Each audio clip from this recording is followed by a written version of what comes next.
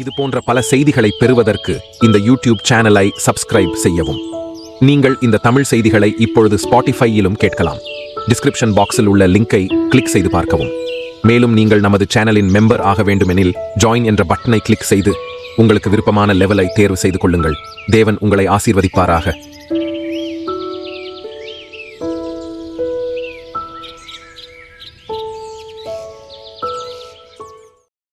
எப்படி இப்பொழுது இந்த விதமாக பாடலாம்? இப்பொழுது நம்முடைய தலைகளை வணங்கின மாதிரி தொடர்ந்து நாம் நிற்போம். இது வெறும் ஒரு பாடலாக மாத்திரம் இல்லாமல், இப்பொழுது நான் விசுவாசிக்கிறேன் என்பது நமது இருதயத்தின் ஆழத்தின் பாடலாக இருக்கட்டும். கர்த்தாவே, இயேசுவானவர் மகத்தான கிரியைகளை செய்த பின்னர் ஒரு சமயம் சீஷர்கள், கர்த்தாவே, இப்பொழுது நாங்கள் விசுவாசிக்கிறோம் என்று கூறினார்கள். இப்பொழுது நீங்கள் விசுவாசிக்கிறீர்களா என்று இயேசு சொன்னார். அதற்கு அவர்கள், நீர் எல்லாவற்றையும் அறிந்திருக்கிறீர் என்றும் ஒருவனும் உமக்கு போதிக்க வேண்டியதில்லை என்றும் இப்பொழுது நாங்கள் விசுவாசிக்கிறோம் என்று சொன்னார்கள். எனவே பிதாவே, உமக்கு எங்களுடைய போதனை தேவையில்லை, ஆனால் எங்களுக்கு உம்முடைய போதனையே தேவை என்று நாங்கள் இன்றிரவு உணர்ந்து கொண்டோம்.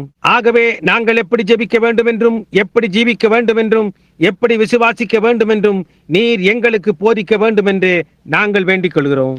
இந்த ஆராதனையின் மூலமாக இன்றிரவு இதை அழியும் கர்த்தாவே. நாங்கள் எதிலாவது குறைவுள்ளவர்களாய் இருந்தால் கர்த்தாவே, அதை நீர் எங்களுக்கு தாரும். இயேசுவின் நாமத்தில் நாங்கள் கேட்கிறோம். ஆமேன். உங்களில் அநேகர் மீண்டுமாய் இன்றிரவு நின்று கொண்டிருக்கிறீர்கள் என்று நான் அறிவேன். வெளியே இருக்கிற குழுக்களை சந்தித்தேன். அவர்களால் உள்ளே வர முடியாத காரணத்தால் பல வித்தியாசமான மோட்டார் வாகனங்களில் உள்ள வானொலி மூலமாக கேட்கிறோம் என்று கூறினார்கள். இப்பொழுது முடிந்த அளவு சீக்கிரமாக முடிக்க இன்றிரவு முயற்சிப்போம். ஞாயிறு இரவு வியாதியஸ்தர்களுக்காக ஜெபிக்க வரிசை ஒன்றே இங்கே ஏற்படுத்துவோம். ஆனால் இன்றிரவு நாங்கள் ஆராதனை வியாதியஸ்தர்களுக்காக ஜெபிக்கும்படியாய் பிரதிஷ்டை செய்கிறோம். நீங்கள் விசுவாசத்தில், இந்த தேவனுடைய பரிசுத்த வார்த்தையில், இந்த வேளையின் விசுவாசத்தில் கட்டி எழுப்பப்பட வேண்டும் என்று நான் விரும்புகிறேன். விசுவாசம் எந்த காலத்திலும் இல்லாத அளவிற்கும் அதிகமான விசுவாசத்தை அது எடுத்துக்கொள்ள போகிறது. ஏனென்றால் உயரே கொண்டு போக ஒரு எடுத்துக்கொள்ளப்படுவதற்கான விசுவாசமாய் அது இருக்கிறது. ஆகையினால் நீங்கள் கண்ட, கேட்ட, பிரசங்கிக்க, நீங்கள் கேட்ட வார்த்தை, நீங்கள் சம்பவிக்க கண்ட அடையாளங்கள், அற்புதங்கள் யாவையும் நீங்கள் விசுவாசிக்க வேண்டும் என்று நாங்கள் விரும்புகிறோம். அவைகள் எல்லாவற்றையும் நீங்கள் ஒன்று திரட்டி உங்கள் இருதயத்தில் அது தேவனால் ஆனதா அல்லது இல்லையா என்று ஆலோசித்து பாருங்கள். பண்டைய கால எலிசா, தேவனானால் அவரை சேவியுங்கள் என்று கூறினது போன்று கிறிஸ்தவர்களுக்கு எல்லா காரியங்களுக்கும் இயேசுவானவர் மையமாய் இருந்தால், அப்பொழுது மற்றெல்லா காரியங்களும்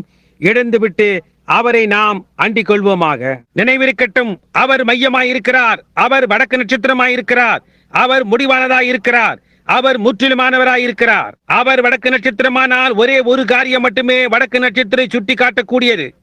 அது உங்களோடு கூட கப்பல் யாத்திரை செய்யும் திசை காட்டும் கருவியாகும். என்னுடைய கப்பல் யாத்திரையில் நான் என்னுடன் கொண்டு செல்ல முயற்சிக்கின்ற திசை காட்டும் கருவி வார்த்தையாய் இருக்கிறது. வார்த்தை எப்பொழுதும் அவரையே சுட்டி காட்டும். பாடுகளும் வருத்தங்களுமான மகத்தான நேரத்தில், குழப்பமான நேரத்தில், ஜாதிகளுக்குள்ளே வருத்தங்களும் எல்லா விதமான காரியங்களும் நடக்கின்றதான நேரத்தின் ஊடாக நாம் போய்கொண்டிருக்கிறோம் என்று நாம் உணர்கிறோம். சில சமயங்களில் நான் அது போன்றவைகளில் மூழ்கி விடுகிறேன். நான் எங்கு சுற்றி பார்த்தாலும் அது கடலில் உள்ள ஒரு கப்பலில் இருப்பது போன்றிருக்கிறது. அந்த படையின் பொறுப்பு என்னிடத்தில் கொடுக்கப்பட்டிருக்கிறது. நாம் எப்படித்தான் அதை கடக்க போகிறோமோ? இங்கே ஒன்று வெள்ளை தொப்பியுடன் வருகின்றது. என்னுடைய படகை போன்று 100 மடங்கு பெரிதானது. ஆனால் ஒவ்வொருவரையும் நாம் பிடித்து விடுவோம். அவராலே நாம் எல்லாவற்றையும் ஜெயங்கொள்ளுவோம். கப்பல் தலைவர், தலையாய முக்கிய தலைவர், கப்பலின் மூலையில் அதன் கயிற்றை பிடித்துக் கொண்டிருக்கிறார். அதனூடாக அவர் அதை நடத்துவார். அவர்கள் ஒவ்வொருவரையும் நாம் பிடித்து விடுவோம். இப்பொழுது இன்றிரவு ஆகவே நாம் வேகமாய் சென்று சீக்கிரமாய் உங்களை வெளியே அனுப்பிவிடுகிறேன். உங்களுடைய தொலைதூர வண்டி ஓட்டுதலையும் நீங்கள் செய்ய வேண்டிய தியாகத்தையும் நான் பாராட்டுகிறேன்.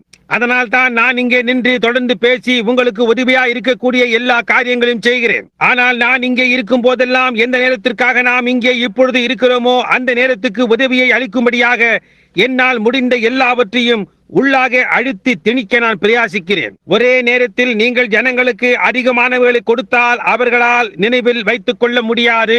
நீங்கள் ஒரு காரியத்தை எடுத்துக்கொண்டு அந்த நபர் அதை நன்றாக புரிந்து கொள்ளும் மட்டாய் அதையே அந்த நபருக்கு சுட்டி காட்டிக் கொண்டே இருங்கள். அவர்கள் அதை ஸ்திரமாய் இருதயத்தில் பற்றி கொண்ட பின்னர் வேறு ஏதாவது காரியத்தை அவர்களுக்கு போதியுங்கள். நாம் செல்வது போன்று படிப்படியாக செல்லுங்கள். இப்பொழுது நீங்கள் ஜெபம் செய்து தைரியமாய் இருந்து உங்களுடைய சுகத்தை பெறுவதற்காக இன்றிரவு விசுவாசியுங்கள். நாம் ஜீவித்துக் கொண்டிருக்கின்ற காலத்தை குறித்து உங்களுக்கு ஏதும் கேள்விகள் இருக்கிறது என்று நான் நினைக்கவில்லை. தேவன் அவருடைய ஜனங்களின் மத்தியில் இருக்கிறாரா அல்லது இல்லையா என்ற கேள்வி உங்களுக்கு இருக்கிறது என்று நான் நம்பவில்லை. நீங்கள் எல்லாருமாய் அதை விசுவாசிக்கிறீர்கள் என்று நான் நம்புகிறேன். அதை குறித்து என் மனதில் ஏதும் சந்தேகம் இல்லை. என்னுடைய ஜனங்கள், என்னுடைய நண்பர்கள், கிறிஸ்துவின் நண்பர்கள், கிறிஸ்துவின் பிள்ளைகள் அதை விசுவாசிக்கிறார்கள் என்று நான் அறிவேன். தேவனிடத்திலிருந்து வந்த செய்தி உங்களிடத்தில் இருக்கிறது. நீங்கள் அதை ஜனங்களுக்கு கொடுக்கிறீர்கள். ஜனங்கள் அதை ஏற்றுக்கொள்ளுகிறார்கள் என்பதை நான் காண்பது எனக்கு மிக்க மகிழ்ச்சியை கொடுக்கிறது. பின்னர் நீங்கள் திரும்பி பார்த்து, பிதாவே உமக்கு நன்றி என்று கூறுங்கள். ஓ பிள்ளைகள், அவர்களுக்காக அனுப்பப்பட்ட அப்பத்தை அவர்கள் புசிக்கிறதை காண்பது என்ன ஒரு சந்தோஷமாயிருக்கிறது. வருஷங்களுக்கு முன்பாக இங்கே இந்த ஜெப கூடாரத்தில் கண்ட தரிசனம் அது என்பதை நீங்கள் உணர்கிறீர்களா? அது உண்மையே ஜீவ அப்பம். சகோதரன் நெவில், உங்களுக்கு அது நினைவிருக்கிறதா? ஒரு கால் இருக்கலாம். மகத்தான நேரம். இப்பொழுது நாம் திருப்புவோம். வாசிப்பதை நீங்கள் தொடர விரும்பினால் அல்லது வேண்டுமென்றால் குறித்துக் கொள்ளலாம். ஒரு சுகமளிக்கும் ஆராதனையோ அல்லது எந்தவித ஆராதனையாக இங்கே இருக்க போவதென்றால் தேவனுடைய வார்த்தையை வாசிக்காமல் ஒரு சில குறிப்புகளை கூறாமல் அது ஒழுங்கானதா இருக்கும் என்று நான் நம்ப மாட்டேன். நாம் எல்லாரும் புரிந்து கொள்கிறோம். நமது மத்தியில் யாரும் அந்நியர்கள் இல்லை என நினைக்கிறேன். சுகமளித்தல் என்றால் என்ன என்று நம் எல்லாருக்கும் தெரியும். அது யாரோ உங்களுக்காக செய்கிற காரியம் அல்ல. அது தேவன் ஏற்கனவே உங்களுக்காக செய்த காரியமாய் இருக்கிறது. ரட்சிப்பும் அதே விதமாகத்தான் இருக்கிறது. இருக்கின்ற ஒரே காரியம் என்னவென்றால் அது சத்தியம் என்று ஜனங்கள் நம்பும்படியாய் செய்ய வேண்டியதுதான். தேவன் அதை அவருடைய வார்த்தையில் போதிக்கிறார். பின்னர் அதை விசுவாசிக்கிறவர்களுக்கு நிரூபிக்கிறார். ஏனென்றால் விசுவாசிக்கிறவர்களுக்கு எல்லா காரியங்களும் கைகூடும் என்று அவர் கூறியிருக்கிறார். தேவனால் கூடாத காரியம் ஒன்றுமில்லை என்று நீங்கள் கூறுகிறீர்கள். நீங்கள் அதை விசுவாசிக்கிறீர்களா? உங்களாலும் கூட கூடாத காரியம் ஒன்றுமில்லை. ஏனென்றால் எல்லா காரியங்களும் அவர்களுக்கு கைகூடும். தேவன் ஒரு நபராய் இருக்கிறார். விசுவாசிக்கிற அவர்களுக்கு எல்லாம் கைகூடும். புரிகின்றதா? உங்களால் மட்டும் விசுவாசிக்க கூடுமானால் உங்களோடும் உங்களுக்கும் கூடாத காரியம் ஒன்றுமே இல்லை. இப்பொழுது கர்த்தருக்கு சித்தமானால் 1 ராஜாக்கள் 17ஆம் அதிகாரம் முதல் 7 வசனங்களை நான் வாசிக்க விரும்புகிறேன். கீலேயாத்தின் குடிகளிலே திஸ்பியனாகிய எலியா ஆகாபை நோக்கி, என் வாக்கின்படியே அன்றி இந்த வருஷங்களிலே பனியும் மழையும் பெய்யாதிருக்கும் என்று இஸ்ரவேலின் தேவனாகிய கர்த்தருக்கு முன்பாக நிற்கிற நான் அவருடைய ஜீவனை கொண்டு சொல்லுகிறேன் என்றார். பின்பு கர்த்தருடைய வார்த்தை அவனுக்கு உண்டாயிற்று. அவர், நீ அவ்விடத்தை விட்டு கீழ்த்திசையை நோக்கி போய் யோர்தானுக்கு நேராயிருக்கிற கேரி தாற்றண்டையில் ஒளிந்து கொண்டிரு. அந்த ஆற்றின் தண்ணீரை குடிப்பாய். அங்கே உன்னை போஷிக்க காகங்களுக்கு கட்டளையிடுவேன் என்றார். கவனியுங்கள், அங்கே உன்னை போஷிக்க, வேறு எங்கோ அல்ல, அங்கே. அவன் போய் கர்த்தருடைய வார்த்தையின்படியே யோர்தானுக்கு நேராயிருக்கிற கேரி தாற்றண்டையிலே தங்கியிருந்தான். காகங்கள் அவனுக்கு விடியற் காலத்தில் அப்பமும் இறைச்சியும் சாயங்காலத்தில் அப்பமும் இறைச்சியும் கொண்டு வந்தது. தாகத்துக்கு அந்த ஆற்றின் தண்ணீரை குடித்தான். தேசத்தில் மழை பெய்யாதபடியினால் சில நாளுக்கு பின்பு அந்த ஆறு வற்றி போயிற்று.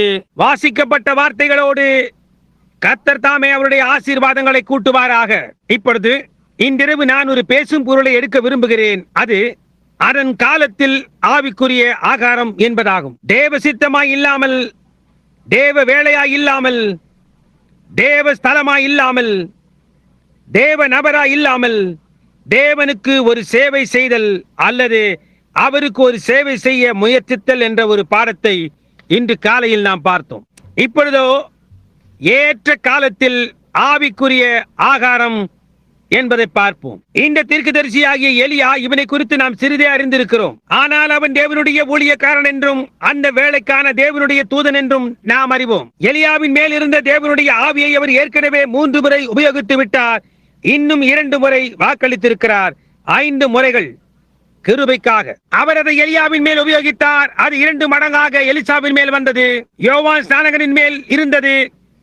புறஜாதி மணவாட்டியை உள்ளே நடத்தவும் மோசேயோடு கூட யூதர்களை வீட்டுக்கு கொண்டு போகவும் அது வர வேண்டியதாயிருக்கிறது. அது உண்மை. எலியாவின் ஆவியை 5 முறைகள் உபயோகிக்க வாக்களித்திருக்கிறார். 3 முறைகள் ஏற்கனவே செய்துவிட்டார். இப்பொழுது இந்த மகத்தான தீர்க்கதரிசி, இவர் எங்கிருந்து வந்தார் என்பது நமக்கு தெரியாது. அவர் ஒரு திஸ்பியன் என்று நமக்கு தெரியும். ஆனால் அவர் எப்படி வந்தார்? நாம் தீர்க்கதரிசி குறித்து சிறிதே அறிந்திருக்கிறோம். அவர்கள் எங்கிருந்து வருகிறார்கள் என்பதை நாம் அறியோம். அபூர்வம். சபையில் இருந்தோ அந்த வம்ச வரலாறு கொண்டவனாகவோ ஒரு தீர்க்கதரிசியும் நான் அறிவேன். அவர்கள் அச்சமே இல்லாத சாதாரண மனிதர்கள், அநேக சமயங்களில் கல்வி அறிவே இல்லாதவர்கள். அவர்களாக ஏதும் எழுதி வைக்கவில்லை. ஏசாயா, எரேமியா ஒரு சிலர் மட்டுமே சிலவற்றை எழுதியிருக்கிறார்கள். ஆனால் இந்த மகத்தான மனிதனாகிய எலியாவோ ஒரு காரியத்தையும் ஒருபோதும் எழுதவே இல்லை. அவர்களில் அநேகர் எழுதவே இல்லை. ஒரு கால் அவர்களால் எழுத முடியாதது போலும். ஆனால் அவர்களோ கரடு முரடான மனிதர்களாய் இருந்தார்கள். அந்த கால தீர்க்கதரிசிகளை போன்று வேதத்தில் எந்த மனிதனும் இருந்ததில்லை. அவர்கள் ராஜ்யங்களை, ராஜாக்களை, ஜனங்களை, சபைகளை, இன்னும் மற்றெல்லா காரியங்களையும் எதிர்த்தார்கள். அவர்கள் வார்த்தையில் இருந்தார்கள். தேவன் அவர்களை நிரூபித்தார். அவர்கள் மிகவும் கரடுமுரடானவர்கள். அவர்கள் எல்லாரிலும் இந்த எலியா ஒரு மிக கரடுமுரடானவர். அவர் ஒரு வனாந்திரவாசியாய் இருந்தார். அவர் வனாந்திரத்தில் ஜீவித்து வந்தார். அவர் வனாந்திரத்தில் இருந்து வெளியே வந்தார். அவருக்கு உடம்பெல்லாம் மயிர் இருந்தது.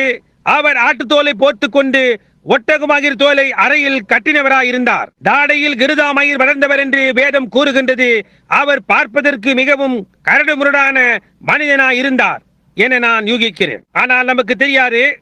அவர்கள் எல்லாரும் மறிக்கவில்லை. அவர்கள் எல்லாரும் இறந்து விடவில்லை. நியாசா ஆலோசனை சங்க நாட்களின் போது ஆதி சபையின் நியாசா ஆலோசனை சங்கம் என்ற புத்தகத்தை வாசித்த உங்களில் அநேகர் இருப்பீர்கள். மற்ற எல்லா சபைகளையும் உடைத்து போட்டு ஒன்றிற்குள்ளாக சேர்ந்து வந்து அதை கொண்டு அவர்கள் ஒரு ஸ்தாபனத்தை உண்டாக்க விரும்பின போது அவர்கள் இந்த நியாசா ஆலோசனை சங்கத்தினை உடையவர்களாயிருந்தார்கள். எலியாவை போன்ற கரடு முரடான மனிதர்கள் புல் பூண்டுகளை மட்டும் புசித்தவர்களாய் மகத்தான கரடு முரடான மனிதர் வனாந்திரத்தில் இருந்து உள்ளே வந்தார்கள். ஆனால் கான்ஸ்டன்டினுக்கு கீழாக இருந்த உத்தியோகஸ்தர்கள், மேல்குடி மக்கள் முதலானவர்கள் உள்ளே வந்து அவர்களுடைய சத்தத்தை அழித்து போட்டார்கள். ஏனென்றால் அவர்கள் தீர்க்கதரிசிகளாய் இருந்ததினால் மணவாட்டி சபையின் கோதுமை மணியானது நிலத்தில் விழுந்து சாகாவிட்டால் மிகுந்த பலனை கொடுக்காது என்பதை அறிந்தவர்களாய் மணவாளனில் இருந்த கோதுமை மணியானது கீழே விழுந்து மரித்தது போன்றே அங்கே அது ஒரு 1000 வருடங்கள் கிடந்தது. அதன் காரணமாகத்தான் இன்றைக்கு அவர்களுடைய புத்தகங்களில் சிறு பிள்ளைகள் கொலை செய்யப்படுவதையும், ஸ்திரீகள் சிங்கங்களால் கிழிக்கப்படுவதையும், ஆகாயத்தில் உட்கார்ந்து கொண்டு அமைதியாய் ஒன்றும் கூறாமல் எப்படி அவரால் பார்த்து கொண்டு அதை குறித்து ஒன்றுமே செய்யாமல் இருந்த அந்த அமைதியான தேவன் எங்கே என்றார்கள். அவர்களுக்கு வார்த்தை தெரியாது. அந்த கோதுமை மணியானது நிலத்தில் விழ வேண்டும். ஒரு நீதியுள்ள தேவனால் எப்படி அவருடைய சொந்த குமாரன் மரிக்கவும் துப்பப்படவும் இன்னும் மற்றவர்களை செய்ய அவர் மேல் செய்வதை பார்த்து கொண்டு இருக்க முடியும். ஆனால் அது வார்த்தைகளின்படியாய் இருக்கிறபடியால் அப்படியாய் இருந்தாக வேண்டி இருக்கிறது. அந்த விதமாகத்தான் இந்த மணி நேரத்திலும் கூட இருக்கிறது. இந்த மனிதன் அவன் ஒரு மகத்தான மனிதனாய் இருந்தான். அவனுக்கு முன்பாக ஒரு பாவம் நிறைந்த தலைமுறை இருந்தது. ஆகாப் ஒரு ராஜாவாய் இருந்தான். அவனுக்கு முன் இருந்த அவனுடைய தகப்பன் ஒரு பொல்லாதவனாய் இருந்தான். சாலமோனுக்கு பின்பாக ஒருவன் இருந்தான். ஒருவர் பின் ஒருவராக ஒரு பொல்லாத ராஜாவாக இருந்து வந்தான். இந்த மனிதனாகிய ஆகாப் 22 வருடங்கள் அரசாண்டான். இவர்கள் எல்லாரிலும் இவன் மிகவும் மோசமானவனாயிருந்தான். அவன் ஒரு உண்மையான நவநாகரிகமானவன். அவன் மார்க்கத்தில் நிச்சயமாக நம்பிக்கை உள்ளவன். அவன் எல்லா காரியங்களையும் நவநாகரிக போக்கில் உடையவனாயிருந்தான். நன்றாக பயிற்சிவிக்கப்பட்டு கல்வி பயின்ற 400 எபிரேய தீர்க்கதரிசிகளை உடையவனாயிருந்தான். தேவன் அவனிடத்திற்கு ஒரு தீர்க்கதரிசியை அனுப்பினார். அவனோ அவனை விசுவாசிக்கவே இல்லை. அது எலியாவாய் இருந்தது. ஆனால் இந்த திஸ்பீனாகி எலியா ஒரு வனாந்திரவாசியாய் இருந்தான். அவன் ஒரு அமைதியான மனிதன் அல்ல. அவன் ஒரு கரடு முரடானவனாய் இருந்தான். ஒரு நாள் தேவனாலேயே பொறுக்க முடியாத அளவிற்கு அவன் பாவம் செய்து அவர் வனாந்திரத்தில் எலியாவோடு பேசினார். நான் அடிக்கடி அதை குறித்து விவரித்து கூறியிருப்பது போன்று இதோ அவன் சமாரியாவுக்கு போகிற பாதையிலே வருகிறான். வெள்ளை கிருதா அவனுடைய முகத்தை சுற்றி இருந்தது. வழுக்கை தலை சூரிய வெளிச்சத்தில் பிரகாசித்துக் கொண்டிருந்தது. அவனுடைய கண்கள் குறுகி இருந்தது. கரத்தில் ஒரு கோலை பற்றினவனாய் முகத்தில் ஒரு புன்னகையோடு நேராக நடந்து இஸ்ரவேலின் ராஜாவினிடத்துக்கு சென்று என் வாக்கின்படியே அல்லாமல் ஒரு துளி பனி கூட பெய்யாது என்று கூறினான். கர்த்தர் உரைக்கிறதாவது என்பதோடு தான் என்ன செய்கிறோம் என்பதை அறிந்திருக்கின்ற அப்படிப்பட்டதான ஒரு மனிதனை தேவன் நமக்கு தருவாராக. இப்பொழுது அவன் இதை செய்வதற்கு முன்னதாக தேவன் அவனை அழைத்தார் என்பதை நாம் கண்டறிந்தோம். தேவன் அவனிடத்தில் பேசியிருந்தார். ஆகையினால் அவன் எதை குறித்தும் பயப்படாமல் இருந்தான். சம்பவியாமல் போய்விடுமோ என்று அவனுடைய செய்தியை குறித்து அவனுக்கு பயமே கிடையாது. அது சம்பவிக்கும் என்று அவன் அறிந்திருந்தான். அது கர்த்தருடைய வார்த்தையின்படியாக இருக்கிறது என்று அவன் அறிந்திருந்தான். அவன் அந்த வேளையின் தேவனுடைய தீர்க்கதரிசி என்பதையும் அவன் அறிந்திருந்தான். ஆகையினால் ராஜா அவன் தலையை துண்டிப்பானோ அவனை சிறையில் அடைப்பானோ, அவர்கள் என்ன செய்தாலும் அது அவனுக்கு எந்த வித்தியாசத்தையும் உண்டு பண்ணாது. ராஜாவின் முகத்துக்கு நேராக கர்த்தர் உரைக்கிறதாவது என்ற ஒரு கட்டளையை உடையவனாயிருந்தான். என்ன ஒரு கரடுமுரடான நபர்! ஆனால் அவன் இதை செய்வதற்கு முன்னர் இந்த மகத்தான வறட்சியை முன்னுரைத்தான். ஏனென்றால் பாவமானது தண்டிக்கப்படாமல் போக தேவன் ஒருபோதும் விடமாட்டார். தண்டனை அங்கே இருக்கத்தான் வேண்டும். தண்டனையே இல்லாத ஒரு பிரமாணத்தினால் என்ன நன்மை? விளக்கின் அடையாளத்தை எதிர்த்து போவது சட்டவிரோதமானது என்று கூறி அதற்கு தண்டனை ஏதும் இல்லை என்றால் அந்த சட்டம் என்ன நன்மையை செய்ய முடியும்? அது ஒரு சட்டமாகவே இருக்க முடியாது. எனவே பாவத்துக்கு ஒரு தண்டனை உண்டு. தேவன் ஒரு பிரமாணத்தை உண்டாக்கி அந்த பிரமாணம் எதிர்க்கப்பட்டால் அப்பொழுது அதற்கு ஒரு தண்டனை இருந்தாக வேண்டும். இந்த தேசமானது அவருடைய எல்லா பிரமாணங்களையும் மீறிவிட்டது. அவர்களுக்கு பெரிய சபை இருந்தது, அவர்களுக்கு பெரிய ஆலயம் இருந்தது, அவர்களுக்கு அதிகமான கல்வி கற்றவர்கள் இருந்தார்கள், அவர்களுக்கு தேசம் முழுவதுமாக தீர்க்கதரிசிகளின் பள்ளிகள் இருந்தது. ஒரு யந்திரத்தை போன்று தீர்க்கதரிசிகளை உண்டு பண்ணி கொண்டிருந்தது. அவர்களிடத்தில் அதிகப்படியான தீர்க்கதரிசிகள், அதிகப்படியான ஆசாரியர்கள், அதிகப்படியான வேதபாரகர்கள் இருந்தார்கள். அவர்களுக்கு அதிகப்படியான மார்க்கம் இருந்தது. ஆனால் அவர்கள் தேவனுடைய வார்த்தையிலிருந்து அதிக தூரத்தில் இருந்தார்கள். எனவே அவர்களுடைய வகையாருக்கு புறம்பே இருந்து தேவன் ஒரு மனிதனை அழைத்து அவனை கர்த்தர் உரைக்கிறதாவது என்பதோடு அனுப்பி வைத்தார். அவருக்கு சொந்தமானதன் மேல் அவர் எவ்வளவு அக்கறை கொள்கிறார் என்பதை கவனியுங்கள். இந்த தீர்க்கதரிசியை ஒரு செய்தியோடு அனுப்புவதற்கு முன்னதாக அவர் அவனிடம் எலியா நேராக போய் இந்த காரியங்களை ஆகாப் ராஜாவிடம் கூறு என்று சொன்னார். இப்பொழுது நீ இதை செய்யும் பொழுது உடனே அவனை விட்டு விலகி போய்விடு. வறட்சியின் போது நீ தங்கி இருக்க ஒரு இடத்தை ஆயத்தப்படுத்தி இருக்கிறேன். எலியாவே, நீ என்னுடைய வார்த்தையை பிரசங்கித்து நான் உன்னிடம் கூறுவதை மாத்திரம் செய்தால் நான் உன்மேல் அக்கறை உள்ளவராய் இருப்பேன் என்று கூறினார். இப்பொழுது இன்றிரவு எலியாவும் எலியாவின் நேரமுமான இந்த மகத்தான ஊழியத்தை நாம் இப்பொழுது ஜீவிக்கின்றதான இந்த வேளையோடு நான் பாவனையாய் வைத்து பேச போகிறேன். அது பரிபூர்ண பாவனை என்று நான் நம்புகிறேன். நான் தேசங்களை குறித்து யோசிக்கிறேன். பின்னோக்கி பார்க்க நமக்கு நேரம் இருந்தால் நலமாய் இருக்கும். ஆனால் ஜெப வரிசைக்கு எனக்கு அதிகமான நேரம் வேண்டும். எனவே நான் பின்னோக்கி பார்க்க கூடுமானால் நாம் ஐக்கிய நாடுகளை எடுத்துக்கொண்ட அதே அடிப்படையின் கீழ் இஸ்ரவேல் பலஸ்தீனாவை எடுத்துக்கொண்டது. நாம் இந்த ஐக்கிய நாடுகளுக்குள்ளாக வந்து கொடிகளாக சிவப்பிந்தியரை பின்னிட்டு துரத்தி தேசத்தை சுதந்திரித்துக் கொண்டோம். இஸ்ரவேல் பலஸ்தீனாவுக்குள்ளாக வந்து யோசுவாவின் தலைமையில் தேவனுக்கு கீழாக இருந்து அதே விதமாக அதன் குடிகளை துரத்திவிட்டு தேசத்தை எடுத்துக் கொண்டார்கள். அவர்களுடைய முதல் ராஜாக்கள் மகத்தான மனிதர்கள்.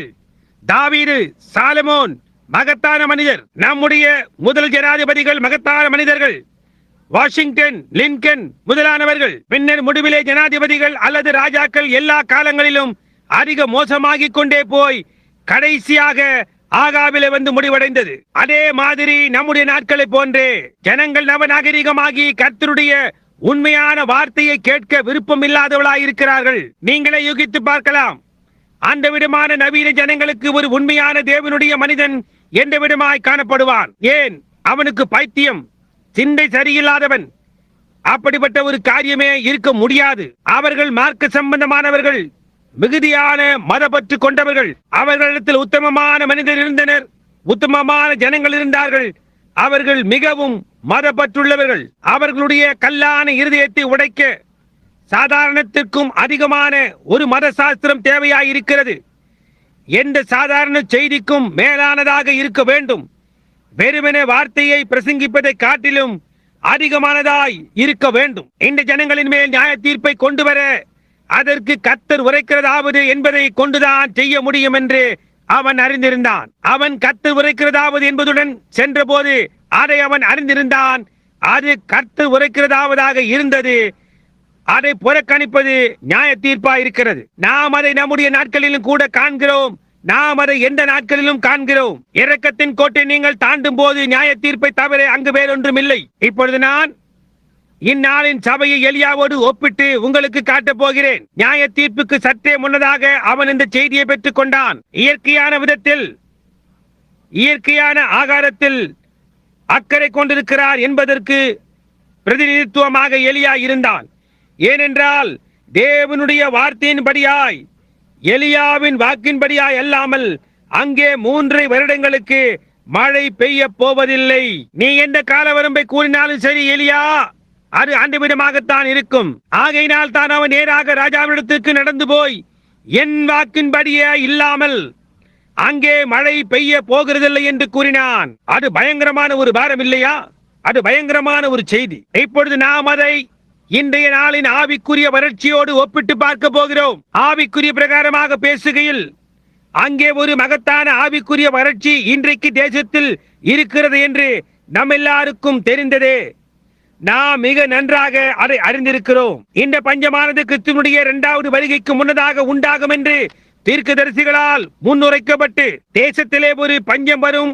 அந்த பஞ்சமானது அப்பத்திற்கான பஞ்சம் மாத்திரமல்ல, ஆனால் தேவனுடைய வார்த்தையை கேட்பதற்கு பஞ்சம் உண்டாகும் என்று கூறப்பட்டுள்ளது. அந்த நாள் இப்பொழுது இருக்கிறது. உண்மையான தேவனுடைய வார்த்தையை கேட்பதற்கான பஞ்சம். இது இயற்கையான வறட்சியை ஆவிக்குரிய வறட்சியோடு பாவனையாகி இருக்கிறது. சபையில் இருக்கிற கள்ள போதகர்கள், நவநாகரிகக்காரர்கள், இவர்களால் ஆன பாவமும் அவிசுவாசமும் இந்த வருகைக்கும் நியாய தீர்ப்புக்கும் இந்த இடத்தை கொண்டு வந்து விட்டது. பின்னர் அவர்கள் தேவனுடைய வார்த்தையிலிருந்தும் அவருடைய தீர்க்கதரிசியிடத்திலிருந்தும் தேவனுடைய வார்த்தையின் நவநாகரிக மத சாஸ்திர சொற்களுக்கு திருப்பி விட்டது. நீங்கள் இங்கே கவனிப்பீர்களானால் சரியாக அப்படிப்பட்டதான நேரத்தில் தான் தேவன் ஏதாவது காரியத்தை எப்பொழுதும் எழுப்புகின்றார். ஏனென்றால் அவர் எப்பொழுதும் ஜனங்களுக்கு அதை வெளிப்படுத்தாமல் ஒரு காரியத்தையும் செய்கிறதில்லை.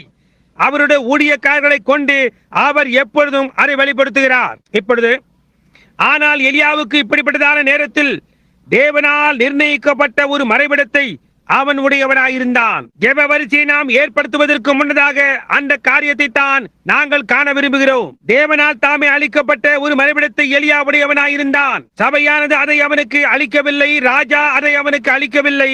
அவனாகவே அதை தனக்கு ஏற்படுத்திக் கொள்ளவும் இல்லை. ஆனால் தேவன் பஞ்ச நாட்களில் எல்லா நேரத்திலும் போஷிப்பிக்கப்படத்தக்கதான ஒரு மறைவிடத்தை அவனுக்கு அளித்திருந்தார். அங்கே அவன் ஒவ்வொரு நாளும் போஷிக்கப்பட்டான். நாளைக்கு என்ன நடக்குமோ அல்லது ஆகாரம் செலவழிந்து போய்விடுமோ என்று அவன் கவலைப்பட வேண்டிய அவசியம் இல்லாதிருந்தது. நான் காகங்களுக்கு கட்டளையிட்டிருக்கிறேன், அவைகள் உன்னை போஷிக்கும் என்று தேவன் சொன்னார். என்ன ஒரு அற்புதமான காரியமாய் இருக்கிறது.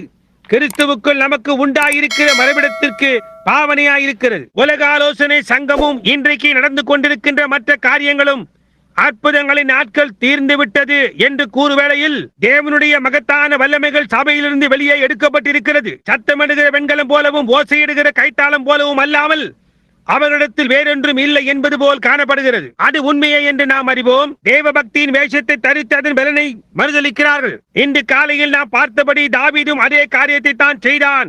மாடு பூட்டின வண்டியோடு அவன் வார்த்தையை விட்டு விலகி போனான். வார்த்தை அவர்களுக்கு திரும்ப அளிக்கப்பட்டு அவரிடத்தில் கொடுக்கப்பட்ட போது அது அவர்களுக்கு தேவையில்லாத இருந்தது.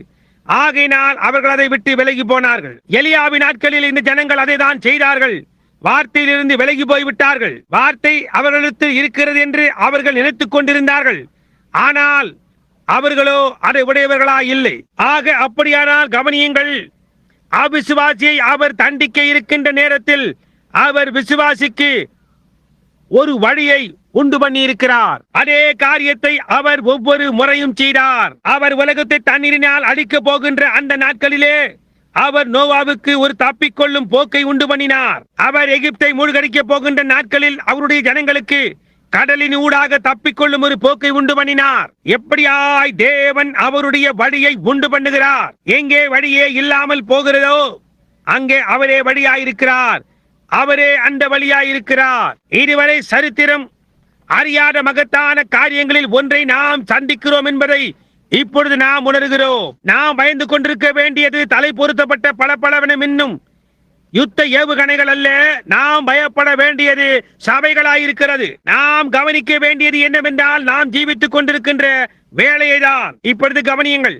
ஆனால் தேவன் எலியாவுக்கு அதிலிருந்து ஒரு தப்பிக்கொள்ளும்படியான போக்கை உண்டு பண்ணி இருந்தார். அவருடைய விசுவாசிக்கும் பிள்ளைகள் அதிலிருந்தும் வர இருக்கும் கோபாக்கினில் இருந்தும் இன்னும் மற்ற காரியங்களில் இருந்தும் தப்பிக்கொள்ளும்படியான ஒரு போக்கை அவர் உண்டு பண்ணி இருக்கிறார். ஏனென்றால் அந்த ஜனங்களை நியாயம் தீர்த்து அவர்களுக்கு தண்டனையை அனுப்பி சோதோம் கொமோராவை மூழ்கடித்து கப்பர்நகூமை கடலின் மத்தியில் மூழ்கடித்து அந்த தலைமுறைகளையும் சோதோம் கொமோராவையும் கண்டனம் பண்ணிவிட்டு பின்னர் அதே காரியங்களை செய்கின்ற நம்மை செய்யும்படியாய் விட்டு நம்மை தண்டியாமல் விடுவாரானால் அவர் ஒரு நீதி உள்ளவராய் இருக்க முடியாது. அவர்கள் நியாய தீர்ப்புக்கு எவ்வளவு நிச்சயமாய் இருந்தார்களோ அப்படியே நாமும் நியாய தீர்ப்புக்கு நிச்சயமாய் இருக்கிறோம். இப்பொழுது நாம் கவனிக்கிறது அந்த நாளின் நவீன போக்கானது இந்த காரியங்கள் எழும்பி வரும்போது தேவன் அந்த நாளில் அவைகளோடு போராடுவதற்காக ஒரு மனிதனை எழுப்பும் போது அவர்கள் அதுக்கு செவி கொடுக்க மாட்டார்கள்.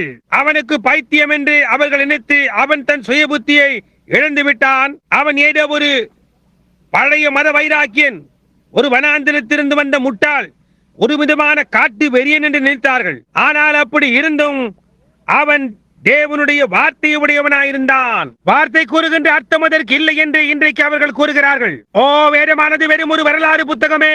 நீங்கள் இதை பார்த்திருப்பீர்கள் என்று நான் யூகிக்கிறேன். ஏவாள் ஆப்பிள் சாப்பிடவில்லை, அவள் சாப்பிட்டது அது என்ன?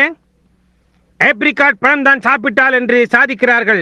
அது ஒரு ஏப்ரிகாட் என்று இப்பொழுது கூறுகிறார்கள் என்று நான் நினைக்கிறேன். பின்னும் இஸ்ரவேல் ஜனங்களை மோசே சிவந்த சமுத்திரத்தின் ஊடாக கொண்டு வரவில்லை.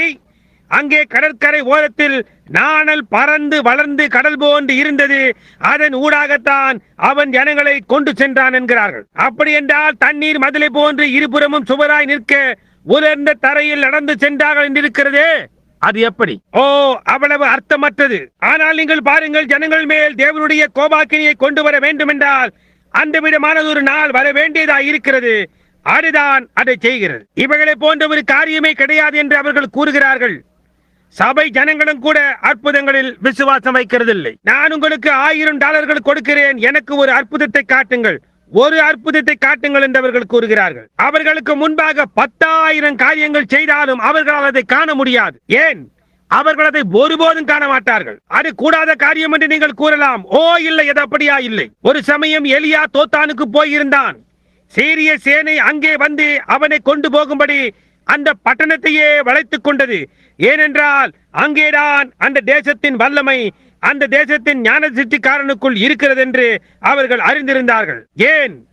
அந்த மனிதர்களில் ஒருவன் அந்த சீரிய ராஜாவினிடத்தில் போய், உமக்கு தெரியுமா, திஸ்பியனாகிய தீர்க்கதரிசி எலியா என்று ஒருவன் இஸ்ரவேலின் ராஜாவினிடத்தில் நீர் பள்ளி அறையிலே பேசுகிறதை குறித்து கூறுகிறான் என்று கூறினான். அதற்கு ராஜா, போய் அந்த மனிதனை கொண்டு வாருங்கள், அந்த ஆள் தான் நமக்கு தடங்களாய் இருக்கிறான் என்றான். சீரிய சேனை முழுவதுமாக உள்ளே நுழைந்து அவர்கள் எல்லாருமாய் தோத்தானை சுற்றி கொண்டார்கள். தீர்க்கதரிசியின் ஊழியக்காரனாகிய கேயாசி விழித்தெழுந்து, ஓ என் தகப்பனே, சேனைகள் நம்மை சுற்றிலுமாய் சூழ்ந்து கொண்டார்கள், நாம் முழுவதுமாக சூழப்பட்டிருக்கிறோம் என்று கூறினான். அதற்கு எலியா, ஏன்?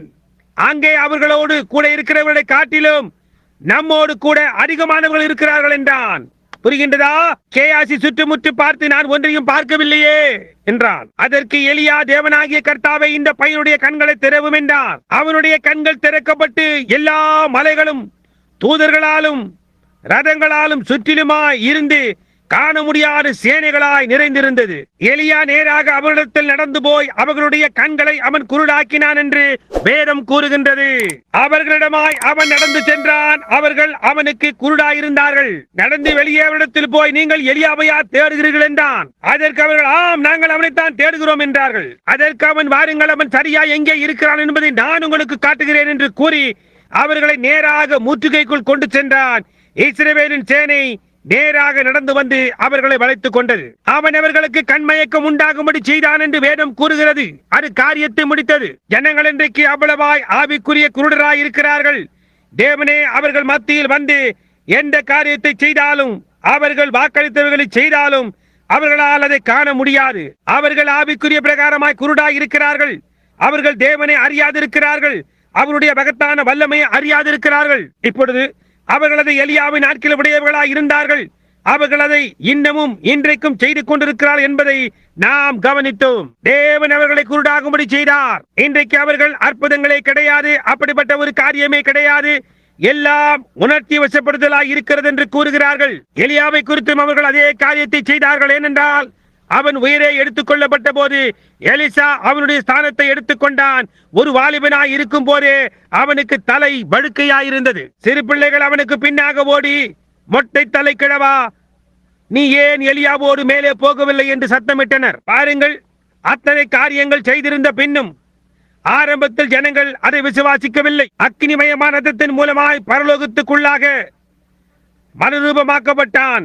ஜனங்களோ இன்னமும் அதை விசுவாசியாதிருக்கிறார்கள். அவர்களுடைய சிறு பிள்ளைகள் அவனுக்கு பின்னாக ஓடி, மொட்டை தலை கிழவான் ஏன் எலியாவோடு மேலே போகவில்லை என்று கேட்கும்படி செய்தார்கள். புரிகின்றதா?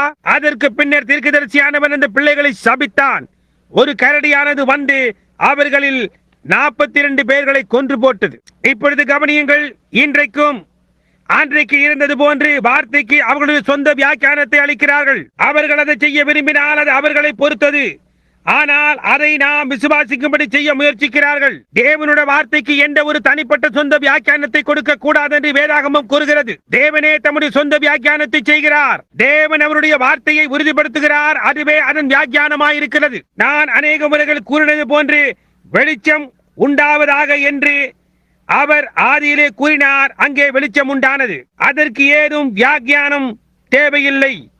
அது சம்பவித்தது. ஒரு கன்னிகை கர்ப்பவதி ஆவாள் என்று அவர் கூறினார். அவள் கர்ப்பவதியானாள். நான் என் ஆவியை ஊற்றுவேன் என்று அவர் கூறினார். அவர் அதை செய்தார். கடைசி நாட்களில் நான் காரியங்களை செய்வேன் என்று அவர் கூறினார். அவர் அதை செய்து கொண்டிருக்கிறார். அதற்கு ஏதும் வியாக்கியானம் தேவையில்லை.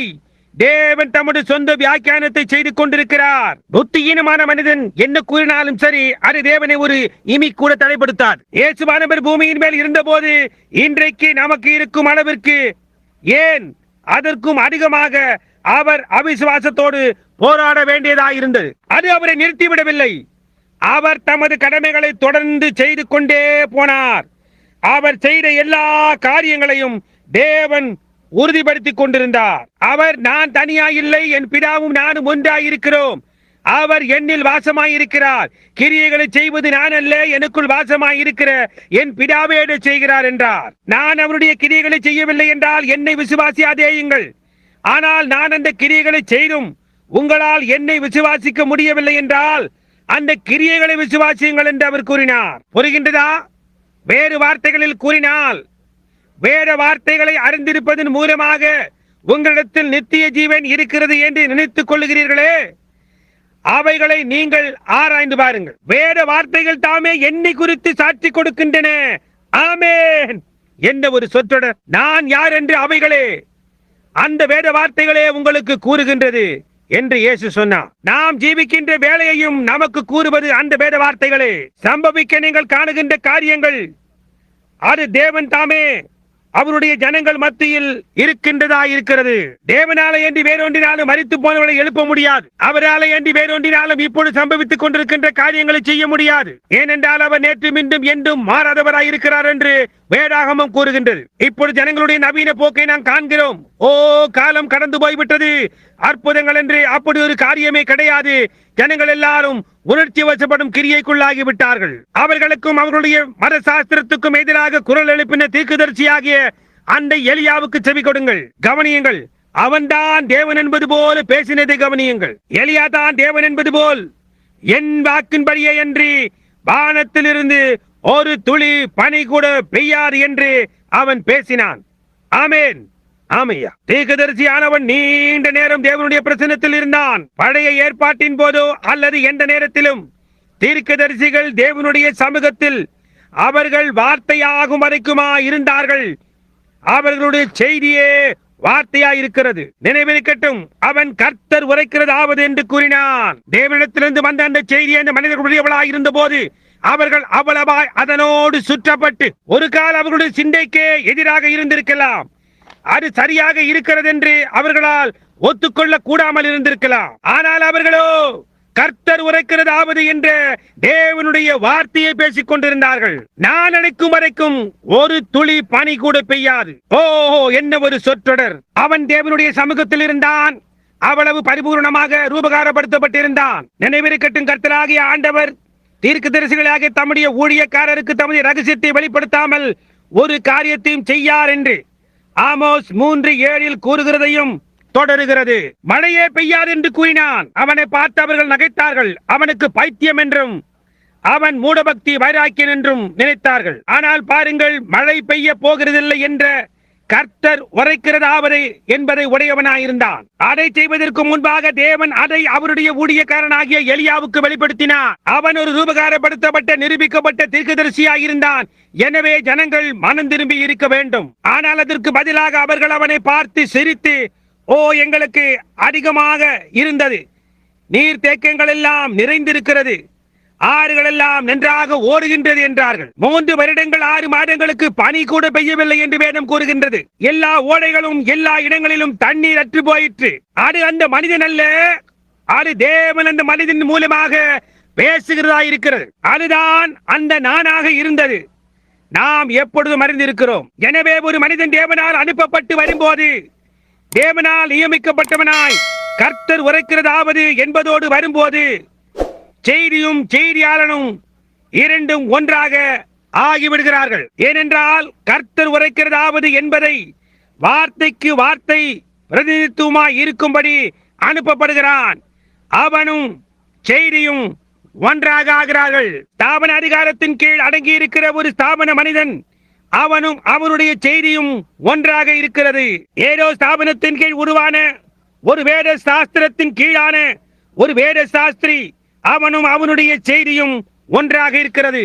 வேத சாஸ்திர சபை ஒரு வேத சாஸ்திரி, அது சரியா இருக்கிறது. பின்னர் ஒரு மனிதன் கர்த்தர் உரைக்கிறதாவது என்பதுடன் வரும்போது அவனும் அவனுடைய செய்தியும் ஒன்றாக இருக்கிறது. கர்த்தர் உரைக்கிறதாவது என்பதுடன் எலியா வந்தபோது அவனும் அவனுடைய செய்தியும் ஒன்றாக ஆனது. இயேசுவை போன்றே அவர் வந்தபோது அவர் வார்த்தையாயிருந்தார். பரிசுத்த யோவான் 1. எனவே தேவனுடைய வார்த்தையும் அந்த காலத்தின் செய்தியாளனும் அதே காரியமாய் இருந்தார்கள். எல்லா நேரத்திலும் அப்படிதான். அது உண்மை. தீர்க்க தரிசனமாய் உரைக்கப்பட்ட வார்த்தை தான் இயேசு. ஒரு கன்னிகை கர்ப்பவதியாகி இந்த குமாரனை பெறுவாள், சம்பவிக்கும் என்று தீர்க்கதரிசிகள் கூறினது எதுவோ அது இவர்தான். பின்னாக நோக்கி பார்த்தால் ஆதியிலே தேவன் அவர்களிடத்தில் ஸ்திரீயின் வித்து சர்ப்பத்தின் வித்தின் தலையை நசுக்கும் என்றும் அவன் இவருடைய குறிங்காலை நசுக்குவான் என்றும் கூறியிருந்தார். இந்த தீர்க்க தரிசனங்கள் எல்லாம் கொடுக்கப்பட்டிருந்தது. தாவீதும் காலத்தினூடாக இருந்த எல்லா தீர்க்கதரிசிகளும் அவரை குறித்து உரைத்துக் கொண்டிருந்தார்கள். அவர்தான் அந்த வெளிப்பட்ட வார்த்தையாயிருந்தார். அல்லேலூயா. இப்பொழுது நான் என்ன கூறுவதற்கு முயற்சிக்கிறேன் என்பது உங்களுக்கு புரிகின்றதா? இன்று காலையில் நான் உங்களிடம் மிக தெளிவாய் பேசினேன். ஜீவிக்கின்ற சபையாகிய மணவாட்டியில் ஜீவிக்கின்ற தேவனின் அதிகாரத்தை நீங்கள் காணவில்லையா? வியாதியஸ்தர்கள் சுகமாக்கப்படுகிறார்கள், மரித்தோர் எழுப்பப்படுகிறார்கள், முடமானவர்கள் நடக்கிறார்கள், குருடர்கள் காண்கிறார்கள். சுவிசேஷமானது அதன் வல்லமையோடு போகிறது. ஏனென்றால் செய்தியும் செய்தியாளனும் ஒன்றாயிருக்கிறது. வார்த்தையானது சபைக்குள் இருக்கிறது, நபருக்குள் இருக்கிறது. கர்த்தர் உரைக்கிறதாவது என்பதுடன் அங்கே நடந்து சென்று இனி மழை பெய்ய போகிறதில்லை என்று எலியா கூறின போது தேவனுடைய வார்த்தை அவனுக்குள்ளாக இருந்தது. அது எலியா அல்ல, அது எலியாவுக்குள்ளாக இருந்த தேவனாயிருந்தது. நான் அநேக முறை கூறியிருக்கிறேன், அந்த கிறிஸ்தவ விஞ்ஞான அம்மாள் கூறினது போன்று நான் அதை குறித்து அநேக முறைகள் சொல்லி இருக்கிறேன். அவள், திரு பிரண்ணாம் அவர்களே, நீர் இயேசுவை குறித்து அதிகம் பெருமை அடித்துக் கொள்கிறேன் என்று கூறினாள். அந்த ஒன்றிற்கு மட்டும் நான் பதிலளிக்க வேண்டும் என்று நான் நம்புகிறேன் என்றேன். அதற்கு அவள், நீங்கள் அவரை அதிக தெய்வீகமாக்க முயற்சிக்கிறீர்கள் என்றால். நான் அதற்கு அவர் தெய்வீகமாகத்தான் இருந்தார் என்றேன். அதற்கு அவள், ஓ, அவர் ஒரு தீர்க்கதரிசியாக இருந்தார், அவர் ஒரு நல்ல மனிதனாக இருந்தார், ஆனால் அவர் தெய்வீகமானவர் அல்ல என்றார். அதற்கு நான், அவர் தெய்வீகமாய் இல்லை என்று எனக்கு ஒரு வேத வார்த்தையை காட்டுங்கள் என்றேன். அதற்கு அவள், பரிசுத்த யோவானின் புத்தகத்தில் அவர் லாசருவின் கல்லறைக்கு சென்ற போது அவர் கண்ணீர் விட்டார் என்று கூறுகிறதே என்றால். நான் சொன்னேன், நல்லது, நிச்சயமாக அவர் கண்ணீர் விட்டார். அவர் மனுஷீகமும் தெய்வீகமும் இரண்டுமாயிருந்தார். அழுது கொண்டிருந்த போது அவர் மனிதனாக இருந்தார். ஆனால் மரித்தோரை எழுப்ப வேண்டுமானால் அது தேவனாக இருக்க வேண்டும் என்றேன். அது உண்மை. நான் சொன்னேன், அவர் ஒரு மனிதனாய் பசியாய் இருந்தார், ஆனால் அவர் தேவனாய் ஒரு சில அப்பங்களையும் மீன்களையும் வைத்துக் கொண்டு 5000 பேர்களை போஷித்தார். அது உண்மை. அவர் மனிதனாய் படகின் பின்னணியத்தில் உறங்கிக் கொண்டிருந்தார், ஆனால் தண்ணீர்களை அமைதியாக்க கூடியது அவருக்கு உள்ளாக இருந்த தேவனே ஆகும். ஏன் அப்படி? அவரும் அவருடைய செய்தியும் ஒன்றாக இருந்தது. அவர் சொன்னார், நானும் என் பிதாவும் ஒன்றாக இருக்கிறோம், என் பிதா என்னில் வாசமாய் இருக்கிறார் என்று. சரீர பிரகாரமாக அவர் தெய்வத்துவத்தின் பரிபூர்ணமாய் இருந்தார். அந்த ஒரு நாள் 7 சபை காலங்களில் செய்தியை நான் கொடுத்துக் கொண்டிருக்கும் போது இந்த காரியமானது அவ்வளவு ஆச்சரியமானதா இருந்தது என்று நான் நினைக்கிறேன். தொடக்கமாக சொல்ல வேண்டுமானால், இயேசு கிறிஸ்து அங்கே வெள்ளை தலைமயிர் தொங்க நின்று கொண்டிருப்பதாக என்னால் புரிந்து கொள்ள முடியவில்லை. அவருடைய தலைமயிர் வெண் பஞ்சை போல் இருந்தது என்று கூறுகிறது. ஒரு 33 வயதுடைய மனிதன் எப்படி வெண்பஞ்சை போன்ற தலைமயிரை உடையவனாய் இருக்க முடியும் என்பதை என்னால் புரிந்து கொள்ள முடியவில்லை. என்னுடைய அருமையான நல்ல நண்பனை பெண்டேகோஸ்தையை சேர்ந்தவர். நான் அவரை அழைத்து, சரி, அது சகோதரன் ஜாக் மூர் தான். அவர் ஒரு சமத்தான புத்தி சாதுரியமான மனிதர். அவர் சொன்னார், சகோதரன் பிரண்ணாம் அது மகிமையடைந்த இயேசுவானவர். அந்த விதமாகத்தான் அவர் மகிமையடைந்த பின்னர் காண்பதற்கு அதே போன்று இருந்தார். இல்லை, என்னால் அதை நம்ப விசுவாசிக்க முடியவில்லை. இல்லை, நான் நல்லது சகோதரன் மூர், உமக்கு நன்றி என்றேன். நான் என் அறைக்குள்ளாக சென்று நான் தேவனோடு பேச துவங்கினேன். நான் என்னுடைய வேத குறிப்பு அகராதியை ஆராய்ந்து தானியேல் வரைக்குமாய் சென்றேன். அதில் அவர் நீண்ட ஆயுசுள்ளவரிடத்தில் வந்தார். அவருடைய தலைமயிர் பஞ்சை போல வெண்மையா இருந்தது என்றிருந்தது. கர்த்தாவே, எனக்கு என்ன சொல்வதென்றே புரியவில்லை. நான் உத்தரவாதத்தை உடையவனாய் இருக்கிறேன் என்று சொன்னேன். இப்பொழுது நினைவிருக்கட்டும், இது 7 முத்திரைகள் திறப்பதற்கு முன்னர் சுமார் 1 வருடம் அல்லது அதிகமாக இருக்கலாம். கர்த்தாவே, இது என்னப்பா என்று நான் அங்கே ஜெபித்துக் கொண்டிருந்தேன். நான் நோக்கி பார்த்தேன். எனக்கு முன்பாக நின்று கொண்டிருந்தது அங்கே ஒரு மனிதன் நின்று கொண்டிருந்தான். அவர் ஒரு நியாயாதிபதியாய் இருந்தார். அவர் ஒரு வெள்ளை டோப்பாபைரை தலையில் அணிந்திருந்தார். பண்டைய காலத்து நாட்களில் நியாயாதிபதிகள் அவர்களுக்கு உச்ச வரம்பு அதிகாரம் இருக்கிறது என்பதை காட்டுவதற்காக வழக்கமாக வெள்ளை டோப்பா மயிரை அணிவார்கள். பின்னர் நான் இயேசுவை வெண்மையான டோப்பாவுடன் கண்டபோது நான் சொன்னேன், அவர் உச்ச வரம்பு அதிகாரத்தை உடையவராய் இருக்கிறார் என்று நான் அறிந்திருக்கிறதை அது உண்மை என்று ரூபகாரப்படுத்துகிறது. தேவன் மறுரூபமலையில் இவர் என்னுடைய நேசகுமாரன், உச்ச வரம்பு அதிகாரத்தை உடைய அவருக்கு நீங்கள் செவி கொடுங்கள் என்று தேவன் அதே காரியத்தை சாட்சியாய் பகன்றார். பின்னர் அங்கே அந்த 7 முத்திரைகளின் துவக்கத்தில் கூர்நுனி கோபுர வடிவில் அந்த 7 தூதர்களும் கீழே வந்து அங்கே நின்று இங்கே திரும்பி வந்து அந்த 7 முத்திரைகளின் பேரில் பேசு, அவர் உன்னுடன் இருப்பார் என்று கூறினார்கள். அவைகள் என்னவென்றும் இழக்கப்பட்ட காரியங்கள் என்னவென்றும் அவர் எனக்கு காட்டினார். அந்த காரியங்கள் எல்லாம் புத்தகத்தின் பின்னால் முத்தரிக்கப்பட்டிருக்கிறது என்றும் அவைகள் புத்தகத்தில் எழுதப்பட்டிராத காரியங்களாய் இருக்கும் என்றும் எப்பொழுதுமே நினைத்துக் கொண்டிருந்தேன். ஆனால் அது எப்படி திரும்பினதென்றால் அவர் அப்படியே செய்ய மாட்டார் என்பது அறியப்படுத்தப்பட்டது. அது புத்தகத்தில் எழுதப்பட்டிருந்த ஏதோ காரியம் அல்ல, அது புத்தகத்தில் மறைக்கப்பட்டிருந்த ஏதோ காரியமாயிருந்தது. ஏனென்றால் யாராயிருந்தாலும் அதிலிருந்து ஒரு வார்த்தையை எடுத்தாலும் அல்லது இதனோடு ஒரு வார்த்தையை கூட்டினாலும், எனவே 7 சபை காலங்களாக இந்த புத்தகத்தில் இருந்த ஒரு ரகசியமாயது இருக்கிறது. அவைகள் ஒவ்வொன்றும் ஒரு ரகசியத்தை உண்டாக்கியது. எல்லாம் தண்ணீர் ஞானசானத்தை குறித்தும் இவ்வளவு காலமாக இவர்கள் தடுமாறிக் கொண்டிருந்த மற்ற காரியங்களை குறித்தும் உண்டாக்கியது. பின்னர் அது உயரே எழும்பி சென்ற போது கலிபோர்னியா துவங்கி மெக்சிகோ, டூசான் மற்றும் எல்லா இடங்களிலும் உள்ள வானமண்டல ஆராய்ச்சி கூடங்கள் எல்லாம் அதனை புகைப்படம் எடுத்தது. அது ஒரு விசித்திரமான காட்சியாய் இருந்தது. அங்கே பின்னாக உட்கார்ந்து கொண்டிருக்கும் சகோதரன் பிரெட் சாத்மனும் சகோதரன் ஜீன் டார்மனும் இது உயரே எழும்பி சென்ற போது அங்கே நின்று கொண்டிருந்தார்கள். அவர்கள் அதை புகைப்படம் எடுத்தனர். இன்னும் கூட அவர்களுக்கு அது என்னவென்று புரியவில்லை. இங்கே கொஞ்ச காலத்துக்கு முன்பு இங்கே பாருங்கள், இது இதை போன்று காணப்படுகின்றது. அவைகள் தூதர்களின் செட்டைகள்.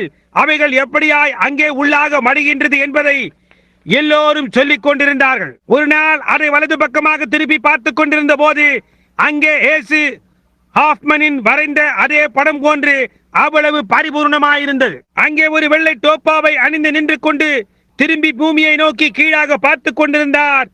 இது அவருக்குள்ள உச்ச வரம்பு அதிகாரத்தை காட்டுகிறது. வானங்கள் அதை அறிவிக்கிறது, வேதம் அதை அறிவிக்கிறது, செய்தி அதை அறிவிக்கிறது. அது எல்லாம் ஒன்றாய் தான் இருக்கிறது. வெண்மையான டோப்பாவுடன் உச்ச வரம்பு அதிகாரத்தை அது குறிக்கிறது. அடியில் இருக்கும் அவருடைய கருத்த தாடி. உங்களில் அநேகர் அந்த படத்தை பார்த்திருக்கிறீர்கள். நாங்கள் அதை பின்னால் அங்கே வைத்திருக்கிறோம். அதை அப்படியே வலது பக்கமாக திருப்பி பக்கவாட்டில் அதை நோக்கி பாருங்கள். அங்கே அவர் இருக்கிறார். அவரையே அப்படியே புகைப்படம் எடுத்தது போன்று சரியாக அவ்வளவு பரிபூர்ணமாய் இருக்கிறது. அவர்களது தவறான கோணத்தில் பார்க்கிறார்கள். நீங்கள் அதை சரியான கோணத்தில் பார்க்க வேண்டும். எது சரியான கோணம் என்று தேவனாகிய கர்த்தர் தாமே அதை உங்களுக்கு வெளிப்படுத்த வேண்டும். உங்களுடைய வலது பக்கமாக திருப்பி அதை நோக்கி பாருங்கள். அதோ அவர் இருக்கிறார். ஒரு புகைப்படமோ என்பது போன்று அவ்வளவு பரிபூர்ணமாக இருக்கிறது. முதன் முறையாக நான் அவரை கண்டேன் என்றால் அப்பொழுது அவர் ஹாஃப்மனின் படம் போன்று இருந்தார். அதே போன்று நான் அவரை கண்டதே கிடையாது. வெள்ளி சண்டே அவர்களின் ஜெபக்கூடத்தில் வருஷங்களுக்கு பிறகு நான் அதை கண்டேன். அது முதல் என்னுடைய வீட்டில் அப்படிப்பட்டதொரு படம் இல்லாதிருந்ததில்லை. பின்னர் இங்கே வானத்தில் நான் சிறுவனாய் இருந்த போது இப்பொழுது இந்த பள்ளிக்கூடம் நிற்கிறதே, அந்த இடத்தில் நான் என் தரிசனத்தில் கண்ட அதே தேவனை போன்றே இருக்கிறார். 33 வருடங்களுக்கு பின்னர் இங்கே வானத்திலே அதுதான் உண்மை என்று அதை அறிவித்தார். அவர் பார்ப்பதற்கு அந்த விதமாகத்தான் இருக்கிறார். யாரோ ஒருவருடைய கருத்தின்படியான ஏதோ புரிந்து கொள்ள முடியாத காரியம் அல்ல. வேட்டிக்கனில் உள்ளது போன்று அங்கே கிறிஸ்துவை படம் வரைந்து வைத்திருக்கிறார்கள்.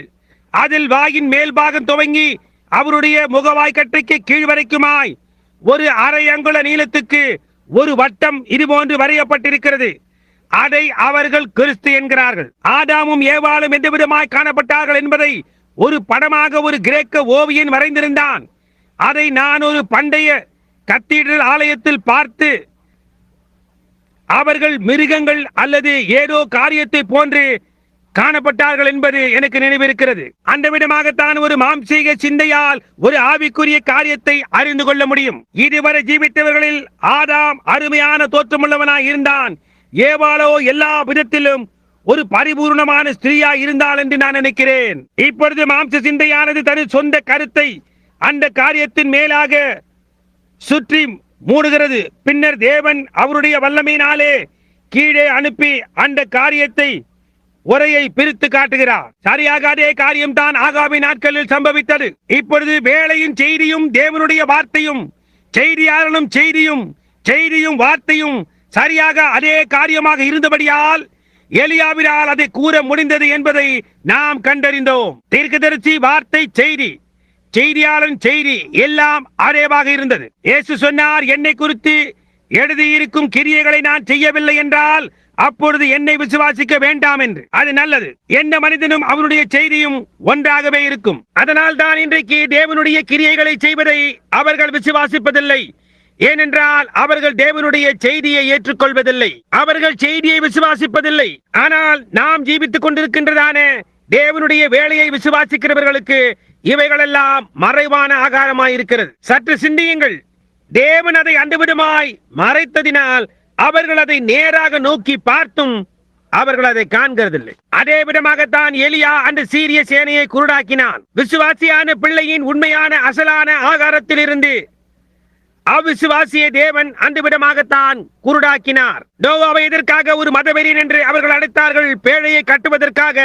அதை செய்ய அவனுடைய கண்கள் தேவனுடைய வார்த்தைக்கும் வாக்குத்தத்தத்துக்கும் திறக்கப்பட்டிருந்தன.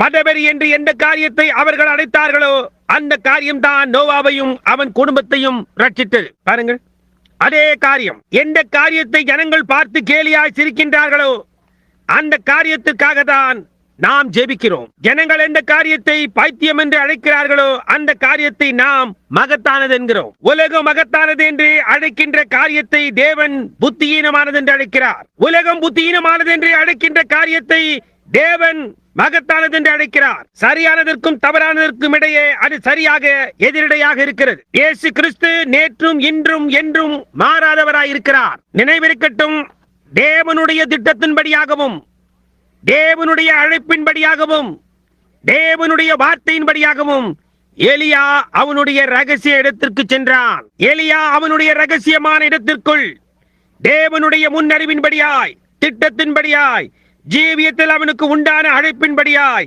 வார்த்தையின்படியாய் நுழைந்தான். நாம் அந்த விதமாக நுழையவில்லை என்றால் நாம் ஏன் அங்கே போகிறோம் என்று எனக்கே தெரியவில்லை. கவனியுங்கள், வறட்சி துவங்குவதற்கு முன்னதாக அவனுடைய ஜீவனத்துக்காக எலியா அவனுடைய ரகசிய இடத்துக்குள் போய்விட்டான். நியாய தீர்ப்பு துவங்கி பூமியை தாக்குவதற்கு முன்னாக சபையானது ஏற்கனவே வெளியே அடைக்கப்படுகிறதற்கு அது சரியான ஒரு பாவனையாய் இருக்கிறது. மணவாட்டி ஏற்கனவே தெரிந்து கொள்ளப்பட்டால் நியாய தீர்ப்பு தாக்குவதற்கு முன்னதாக காத்து கொண்டிருக்கிறார். ஏற்கனவே காத்துக்கொண்டும் தேவனுடைய ஆகாரத்தை புசித்துக் கொண்டும் தேவனுடைய ஆசீர்வாதங்களை அனுபவித்துக் கொண்டும் இருக்கிறார். தன் சரியான மனோநிலையில் இருக்கிற எந்த மனிதனும் நாம் நேராக நியாய தீர்ப்பை நோக்கி போய்க் கொண்டிருக்கிறோம், நாம் சரியாக நியாய தீர்ப்பின் வேளையில் இருக்கிறோம் என்பதை அறிந்திருக்கிறார். கவனியங்கள், இன்றிரவு இங்குள்ளவர்களில் அநேக பேரும் சகோதரன் பேங்க்ஸும் அந்த காலை என்று மலையின் மேல் அங்கே நின்று கொண்டிருந்தார்கள். கர்த்தருக்கு சித்தமாயிருந்தால் அடுத்த ஞாயிறு காலையில் அந்த மலையை குறித்து நான் பேச இருக்கிறேன். ஒரு மகத்தான வெளிப்பாட்டை நான் உடையவனாய் இருக்கிறேன். அதை தொடர்ந்து ஏதோ காரியம் இன்றிரவே அதை உங்களிடம் கூறாமல் வைத்திருப்பது கஷ்டமாயிருக்கிறது. ஆனால் நான் அதை உடையவனாய் இருக்கிறேன். புரிகின்றதா? அது தொடர்ச்சியாக எல்லா நேரத்திலும் ஒரு காரியத்துக்கு பின் இன்னொன்றாய் சம்பவிக்கிறது. புரிகின்றதா? அது சம்பவியாமல் இருக்க முடியாது. ஏனென்றால் அது கர்த்தர் உரைக்கிறதாவதாக இருக்கிறது. இங்கிருக்கின்ற நீங்கள் ஒவ்வொருவரும் ஒளிநாடாவை கேட்கின்ற ஆயிரம் பேர்களும் கர்த்தர் உரைக்கிறதாவது இது இன்னின்ன விதமாய் இருக்கும் என்று நான் இங்கே நின்று கூற நீங்கள் கேட்டிருக்கிறீர்கள். அது அந்த விதமாகவே இருந்தது என்று தினசரி பத்திரிகைகளும் கட்டுரை புத்தகங்களும் கூட அதை அறிவித்தது. அதெல்லாம் என்ன என்பதை குறித்து அவர்களுக்கு தெரியாது, ஆனால் அவர்கள் அதை கண்டிருக்கிறார்கள். அது என்னவென்று அவர்களுக்கு தெரியாது, ஆனால் அது வார்த்தையை சரியாக உண்மையாய் ஆக்குகின்றதை அவர்கள் கண்டார்கள். 33 வருடங்களுக்கு முன்னர் அல்லது 1933 நாம் அங்கே அந்த நதிக்கரையில் நின்று கொண்டிருந்த போது அந்த கர்த்தருடைய தூதனானவன் அந்த நாளன்று இறங்கி வந்து அவன் செய்த காரியங்களை பேசினான். வெளியே நடந்து வந்தேன். கரையில் அநேக மனிதர்கள் நின்று பில்லி அதனுடைய அர்த்தம் என்ன என்று கேட்டார்கள். நான் சொன்னேன், அது எனக்காக அல்ல, அது உங்களுக்காகத்தான். நான் விசுவாசிக்கிறேன், நீங்களோ விசுவாசிக்கவில்லை என்று சொல்லி அப்படி தொடர்ந்து நடக்கலானேன். பின்னர் போதகரிடத்தில் நீ என்ன சொல்லுகிறாய்? 8வது வகுப்பு கல்வியை வைத்துக் கொண்டு நீ உலகம் எங்கும் போய் பேரரசர்களுக்கும் சக்கரவர்த்திகளுக்கும் ராஜாக்களுக்கும் மற்றவர்களுக்கும் ஜெபிக்க போகிறாயோ? ஓ, அதை மறந்துவிடு என்றார். என்னால் அதை மறக்க முடியவில்லை. அது என்னுடைய இருதயத்தில் செதுக்கப்பட்டிருக்கிறது. இங்கே 33 வருடங்கள் கழித்து அவர் கூறின எல்லா காரியங்களும் அவர் செய்வேன் என்று கூறின அதே விதமாக பரிபூர்ணமாய் சம்பவித்தது. அவர் தேவன், அவரால் தவற முடியாது. அவர் எப்பொழுதும் அவருடைய வார்த்தையை காத்துக் கொள்கிறார். ஒருபோதும் அதை சந்தேகியாதீர்கள். இப்பொழுது கவனியுங்கள். அவர் தேவனுடைய திட்டத்தின்படியாய், முன்னறிவின்படியாய், தேவனுடைய அழைப்பின்படியாய், தேவனுடைய வார்த்தையின்படியாய் வறட்சி துவங்குவதற்கு முன்னதாகவே உள்ளே சென்றார். இப்பொழுது நியாய தீர்ப்பு தாக்குவதற்கு ஆயத்தமாய் இருக்கிறது என்று நாம் அறிந்திருக்கிறோம். அந்த நாளன்று குன்றின் மேல் நின்று கொண்டு இங்கே நின்று கொண்டிருக்கும் சகோதரன் பேங்க்ஸ் வுட்டும் நானுமாய் குன்றின் மேல் ஏறிக்கொண்டிருந்தோம். அதை நான் அப்படியே திரும்ப கூறுகிறேன். ஒருவேளை அதன் மூலமாக இன்னும் 10-15 நிமிடங்களில் நாம் ஒழுங்குபடுத்த போகின்ற ஜெப வரிசையில் இருப்பவர்களுக்கு அது விசுவாசத்தை வர்த்திக்க செய்யலாம். நான் சகோதரன் பேங்க்ஸுக்கு சற்று முன்னால் நடந்து கொண்டிருந்தேன். சகோதரி ரூபி சுகபீனமாய் இருந்த போது நான் நினைக்கிறேன் அவர் அவளை விட்டு வந்தார் என்று. அவர் எனக்கு பின்னாக நடந்து வந்து கொண்டிருந்தார். நான் அவர் முகம் சிவந்திருக்கிறதை கண்டேன். நான் திரும்பி பார்த்தேன். குன்றின் மேல் நடந்து போகிறது ஒரு கால் அவருக்கு கடினமாய் இருக்கும். எனவே ஒரு விதமாய் நான் மெதுவாக போனேன். அந்த வனாந்திரங்களில் அந்த விதமாக மலைகளின் மேல் ஏறும்போது சரியாக அங்கேதான் கர்த்தருடைய தூதர்கள் தோன்றினார்கள். அப்பொழுது இந்த திக்கில் நாங்கள் போய்க் கொண்டிருந்தோம். அதற்கு சில மாதங்களுக்கு முன்னர் தான் அவர்கள் தோன்றினார்கள். நான் மலையின் மேல் ஏறிக்கொண்டிருந்த போது நான் திரும்பி மலையின் உச்சியை பார்த்தபோது தேவனுடைய ஆவியானவர் சிறு பாறை துண்டை எடுத்து அவரிடத்தில் கர்த்தர் சொல்லுகிறதாவது, நீர் தேவனுடைய மகிமையை இன்னும் சில மணி நேரத்தில் காண்பாய் என்று சொல் என்றார். நான் ஒரு சிறு பாறை துண்டை எடுத்து சகோதரன் பேங்க்ஸ், ஏனென்று எனக்கு தெரியாது, கர்த்தர் உரைக்கிறதாவது, நீர் தேவனுடைய மகிமையை காணப்போகிறீர் என்று சொல்லி அந்த கல்லை வீசி உயர எறிந்தேன். அதற்கு அவர், அது ரூபியை பற்றினதா என்றார். நான் சொன்னேன், இல்லை, அது ஏதும் உம்மை பேங்க்ஸையோ அல்லது ரூபியையோ பற்றினது அல்ல என்று நான் நினைக்கிறேன். அது கர்த்தர் உரைக்கிறதாவது, ஏதோ காரியம் சம்பவிக்க போகிறது என்று நினைக்கிறேன் என்றேன். அடுத்த நாள் காலையில் நாங்கள் அங்கே நின்று கொண்டிருந்தோம். ஆண்களில் அநேகர், அவர்கள் எத்தனை பேர்கள் இங்கே இப்பொழுது உட்கார்ந்து கொண்டிருக்கிறார்கள் என்று எனக்கு தெரியாது. திடீரென்று ஒரு ஊழியக்காரன் என்னை நோக்கி நடந்து வந்து, சகோதரன் பிரணாம், என்னுடைய பெயர் இன்னின்னது, உங்களுடைய கலிபோர்னியா கூட்டத்தை பொறுப்பேற்றவர்களில் நானும் ஒருவன் என்று கூறினார். அதற்கு நான், ஐயா டக்ளஸ் மெக்ஹியூப், உம்மை சந்திப்பதில் எனக்கு மிக்க மகிழ்ச்சி என்றேன். அதற்கு அவர், உங்களை சந்திப்பதற்கு எனக்கு மகிழ்ச்சி என்றார். என்னோடு கரங்குலுக்கினார். அவர், நல்லது சகோதரன் பிரணாம், இப்பொழுது நான் உங்களை ஒரு கேள்வி கேட்க போகிறேன் என்றார். அதற்கு நான், தர்மகர்த்தா ராய் ராபர்ட்சன் இங்கு இருக்கிறார். சகோதரன் வுட்ஸும் டெரியும் பில்லியும் ஒரு சகோதரன் மெக்கானிலேயும் இன்னும் யார் அங்கே நின்று கொண்டிருந்தார்களோ எனக்கு தெரியவில்லை. அவர், நான் உங்களை ஒரு காரியம் கேட்க விரும்புகிறேன். இன்று விடமாக வெளியிடங்களில் இருக்கும் போது கர்த்தர் உங்களுக்கு தரிசனம் தருவதுண்டா என்றார். நான் சொன்னேன், ஆம் சகோதரனே, ஆனால் அப்படிப்பட்டவைகளிலிருந்து விடுபட்டு ஓய்வெடுக்கும்படியாகவே நான் இங்கு வருகிறேன் என்றேன். இந்த விதமாக நான் சுற்றுமுற்றும் பார்த்து ஒரு நல்ல பருமனான ஒரு வைத்தியர் அவரை பார்த்து கொண்டே, சங்கை மெக்ஹியூப், உங்கள் கண்களில் உள்ள இந்த அலர்ஜியானது சீக்கிரத்தில் உங்கள் கண்ணையே மூடிவிடும். நான் உங்களுக்கு 2 வருடங்களாக வைத்தியம் பார்க்கிறேன், அதை குறித்து என்னால் ஒன்றும் செய்ய முடியாது என்று கூறுகிறதை கண்டேன். நான் அப்படியே திரும்பி, நீர் ஏன் அதை கேட்டீர் என்றால், அன்றொரு நாள் உம்முடைய வைத்தியர் உம்மிடத்தில் அந்த அலர்ஜி உம்முடைய கண்களில் இருக்கிறது என்றார். அது சரியாக மத்தியான வேளையாய் இருந்தது. சுமார் 11 மணி இருக்கும். அவர் கருப்பு கண்ணாடி அணிந்து கொண்டிருந்தார். நீர் அதை அணிந்து கொள்ளாது இருப்பதற்கு காரணம் சூரியன் தான். உம்முடைய கண்களின் நிமித்தமாக உம்முடைய கண்ணை இழக்கப் போகிறீர் என்று அவர் உம்மிடம் கூறினார் என்று சொன்னேன். அவர் அழத் துவங்கி, அது சரியே என்று கூறினார். மீண்டுமாய் சுற்றி நடக்கும்படி நான் திரும்பினேன். என் கரத்தில் ஒரு நீண்ட பிடியுள்ள மண்வாரியை வைத்திருந்தேன்.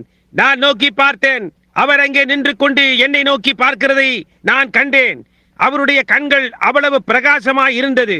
நான் சொன்னேன், ஆனால் கர்த்தர் உரைக்கிறதாவது, நீர் உம்முடைய கண்ணை இழக்கப் போவதில்லை என்று கூறினேன். கடந்த இலையுதிர் காலத்தின் போது நான் அவருடன் வேட்டையாடினேன். என்னை காட்டிலும் இந்த கூட்டத்தில் உள்ள யாரை காட்டிலும் அவரால் நன்றாக பார்க்க முடிந்தது. ஒரு மூத்த ஸ்திரீ அவளுடைய காலுறையை கீழாக இழுத்து அவளுடைய பாவாடை சற்று உயரை தூக்கி, மகனே, நீ சகோதரன் பிரணாமை கண்டால் என்னுடைய பாதத்திற்காக ஜெபிக்கும்படி சொல் என்று அவள் கூறினதை நான் பார்த்தேன். நான் அங்கே கீழாக நோக்கி பார்த்தபோது அவளுடைய பாதங்களை சுற்றிலும் தசை வளர்ச்சி இருப்பது போன்று காணப்பட்டது. நான் சொன்னேன், உன்னுடைய தாய் ஒரு நரைமேறுள்ள அம்மாள். என் மகனே, நீ பார், நீ வீட்டை விடுவதற்கு முன்னதாக உன்னிடத்தில் அவள் அவரை கண்டால் என்னுடைய பாதங்களுக்காக ஜெபிக்கும்படி கூறு. அவளுடைய பாதங்களை சுற்றிலுமாய் தசை வளர்ச்சி போன்று தொங்கிக் கொண்டிருந்தன. அவருக்கு மயக்கம் வருவது போல ஆயிற்று. அவர் அது உண்மையாய் இருக்கிறது என்றார். நான் சொன்னேன், கவலைப்பட வேண்டாம் என்று அவளிடம் கூறு, அதெல்லாம் சரியாகிவிடும் என்று. நான் சுற்றி நடக்க துவங்கினேன். அப்போது தேவனுடைய சத்தம் வழியை விட்டு விலகி, போ சீக்கிரமாக என்று சொல்ல கேட்டேன். ராய் ராபர்ட்சன் அங்கே நின்று கொண்டிருந்தார். அவர் ஒரு யுத்த தீரன் என்பதை அறிந்தவனாய் அவருடைய தோளின் மேல் என் கரத்தை போட்டுக்கொண்டு, சகோதரன் ராய், மறைந்து கொள்ளுங்கள், முடிந்த அளவு வெகு சீக்கிரமாக ஒளிந்து கொள்ளுங்கள் என்றேன். அவரோ என்ன விஷயம் என்றார். அதற்கு நான், வழியை விட்டு விலகி போய் ஒளிந்து கொள் என்றேன். என்னுடைய மண்பாரியை கீழே போட்டுவிட்டு சுற்றி நடக்க துவங்கினேன். அப்படி திரும்பி என் தொப்பியை கழற்றினேன். இதோ அவர் வந்தார். தேவனுடைய மகிமையானது ஒரு சுழல் காற்றுக்குள் விழுந்து அந்த விடமாக அந்த மலையின் மேல் மோதி அந்த மலையின் மேல் பக்கத்தை கிழித்து வெடித்து இந்த விடமாக அசைத்தது. புதர்களின் உச்சியை வெட்டினது. என்னுடைய தலைக்கு 5 அல்லது 6 அடி உயரத்துக்கு மேலாக இவைகள் சம்பவித்தது. அது அப்படியே ஒரு புனல் வடிவில் மேலாக சென்று திரும்பி கீழே வந்து, இதோ அது இந்த விதமாக 3 முறைகள் செய்தது. 3வது முறைக்கு பின்னர் அது கலைந்து சென்ற போது சகோதரன் பேங்க்ஸ் என்னிடமாய் வந்து, இதை குறித்து தான் நீர் பேசிக் கொண்டிருந்தீரா என்றார். நான் ஆம் என்றேன். அது என்ன என்று அவர் கேட்டார். நான் சொன்னேன், தேவன் சுழல் காற்றில் தோன்றுகிறார் என்று. நான் ஜனங்களிடத்தில் அதை சொல்ல விரும்புகிறாரா அல்லது இல்லையா என்று எனக்கு தெரியவில்லை. பின்னர் நான் தொடர்ந்து கொஞ்ச நேரம் ஜெபித்தேன். அதற்கு பிறகு இதை ஜனங்களும் கூறலாம் என்றார். இது மேற்கு கரையை தாக்கும் நியாய தீர்ப்பு என்று நான் கூறினேன். இன்றைக்கு அவளை நோக்கி பாருங்கள். அதற்கு பின்னர் சில மணி நேரங்களுக்கு பின்னர் என்ன சம்பவித்தது என்று பாருங்கள். அலாஸ்கா முழுகிக் கொண்டிருக்கிறது. இது முழு காரியமும் கீழே போய்க் கொண்டிருக்கிறது. நாம் நியாய தீர்ப்புக்குள்ளாக பிரவேசிக்கிறோம். இரக்கமானது புறக்கணிக்கப்பட்டது. ஆனால் இந்த கடைசி நாட்களில் அவருடைய ஜனங்களின் மத்தியில் தம்மை தாமே ரூபகாரப்படுத்திக் கொண்டிருக்கின்ற இயேசு கிறிஸ்துவை பற்றின நன்மை, கிருபை இவைகளின் பேரில் நாம் ஜீவித்துக் கொண்டிருக்கிறோம் என்ற நமக்குள்ள ஆவிக்குரிய ஆகாரத்துக்காகவும் மறைவான ஆகாரத்துக்காகவும் தேவனுக்கு நன்றி செலுத்துகிறோம். அவர்கள் உள்ளே சென்றார்கள். வறட்சி துவங்குவதற்கு முன்னர் எலியா உள்ளே சென்றான். நியாய தீர்ப்பு துவங்குவதற்கு முன்னர் உள்ளே இருப்பதற்காக தேவனுக்கு நன்றி. இப்பொழுதோ வெளியே வருவதற்கும் உள்ளே போவதற்குமான நேரமாய் இருக்கிறது.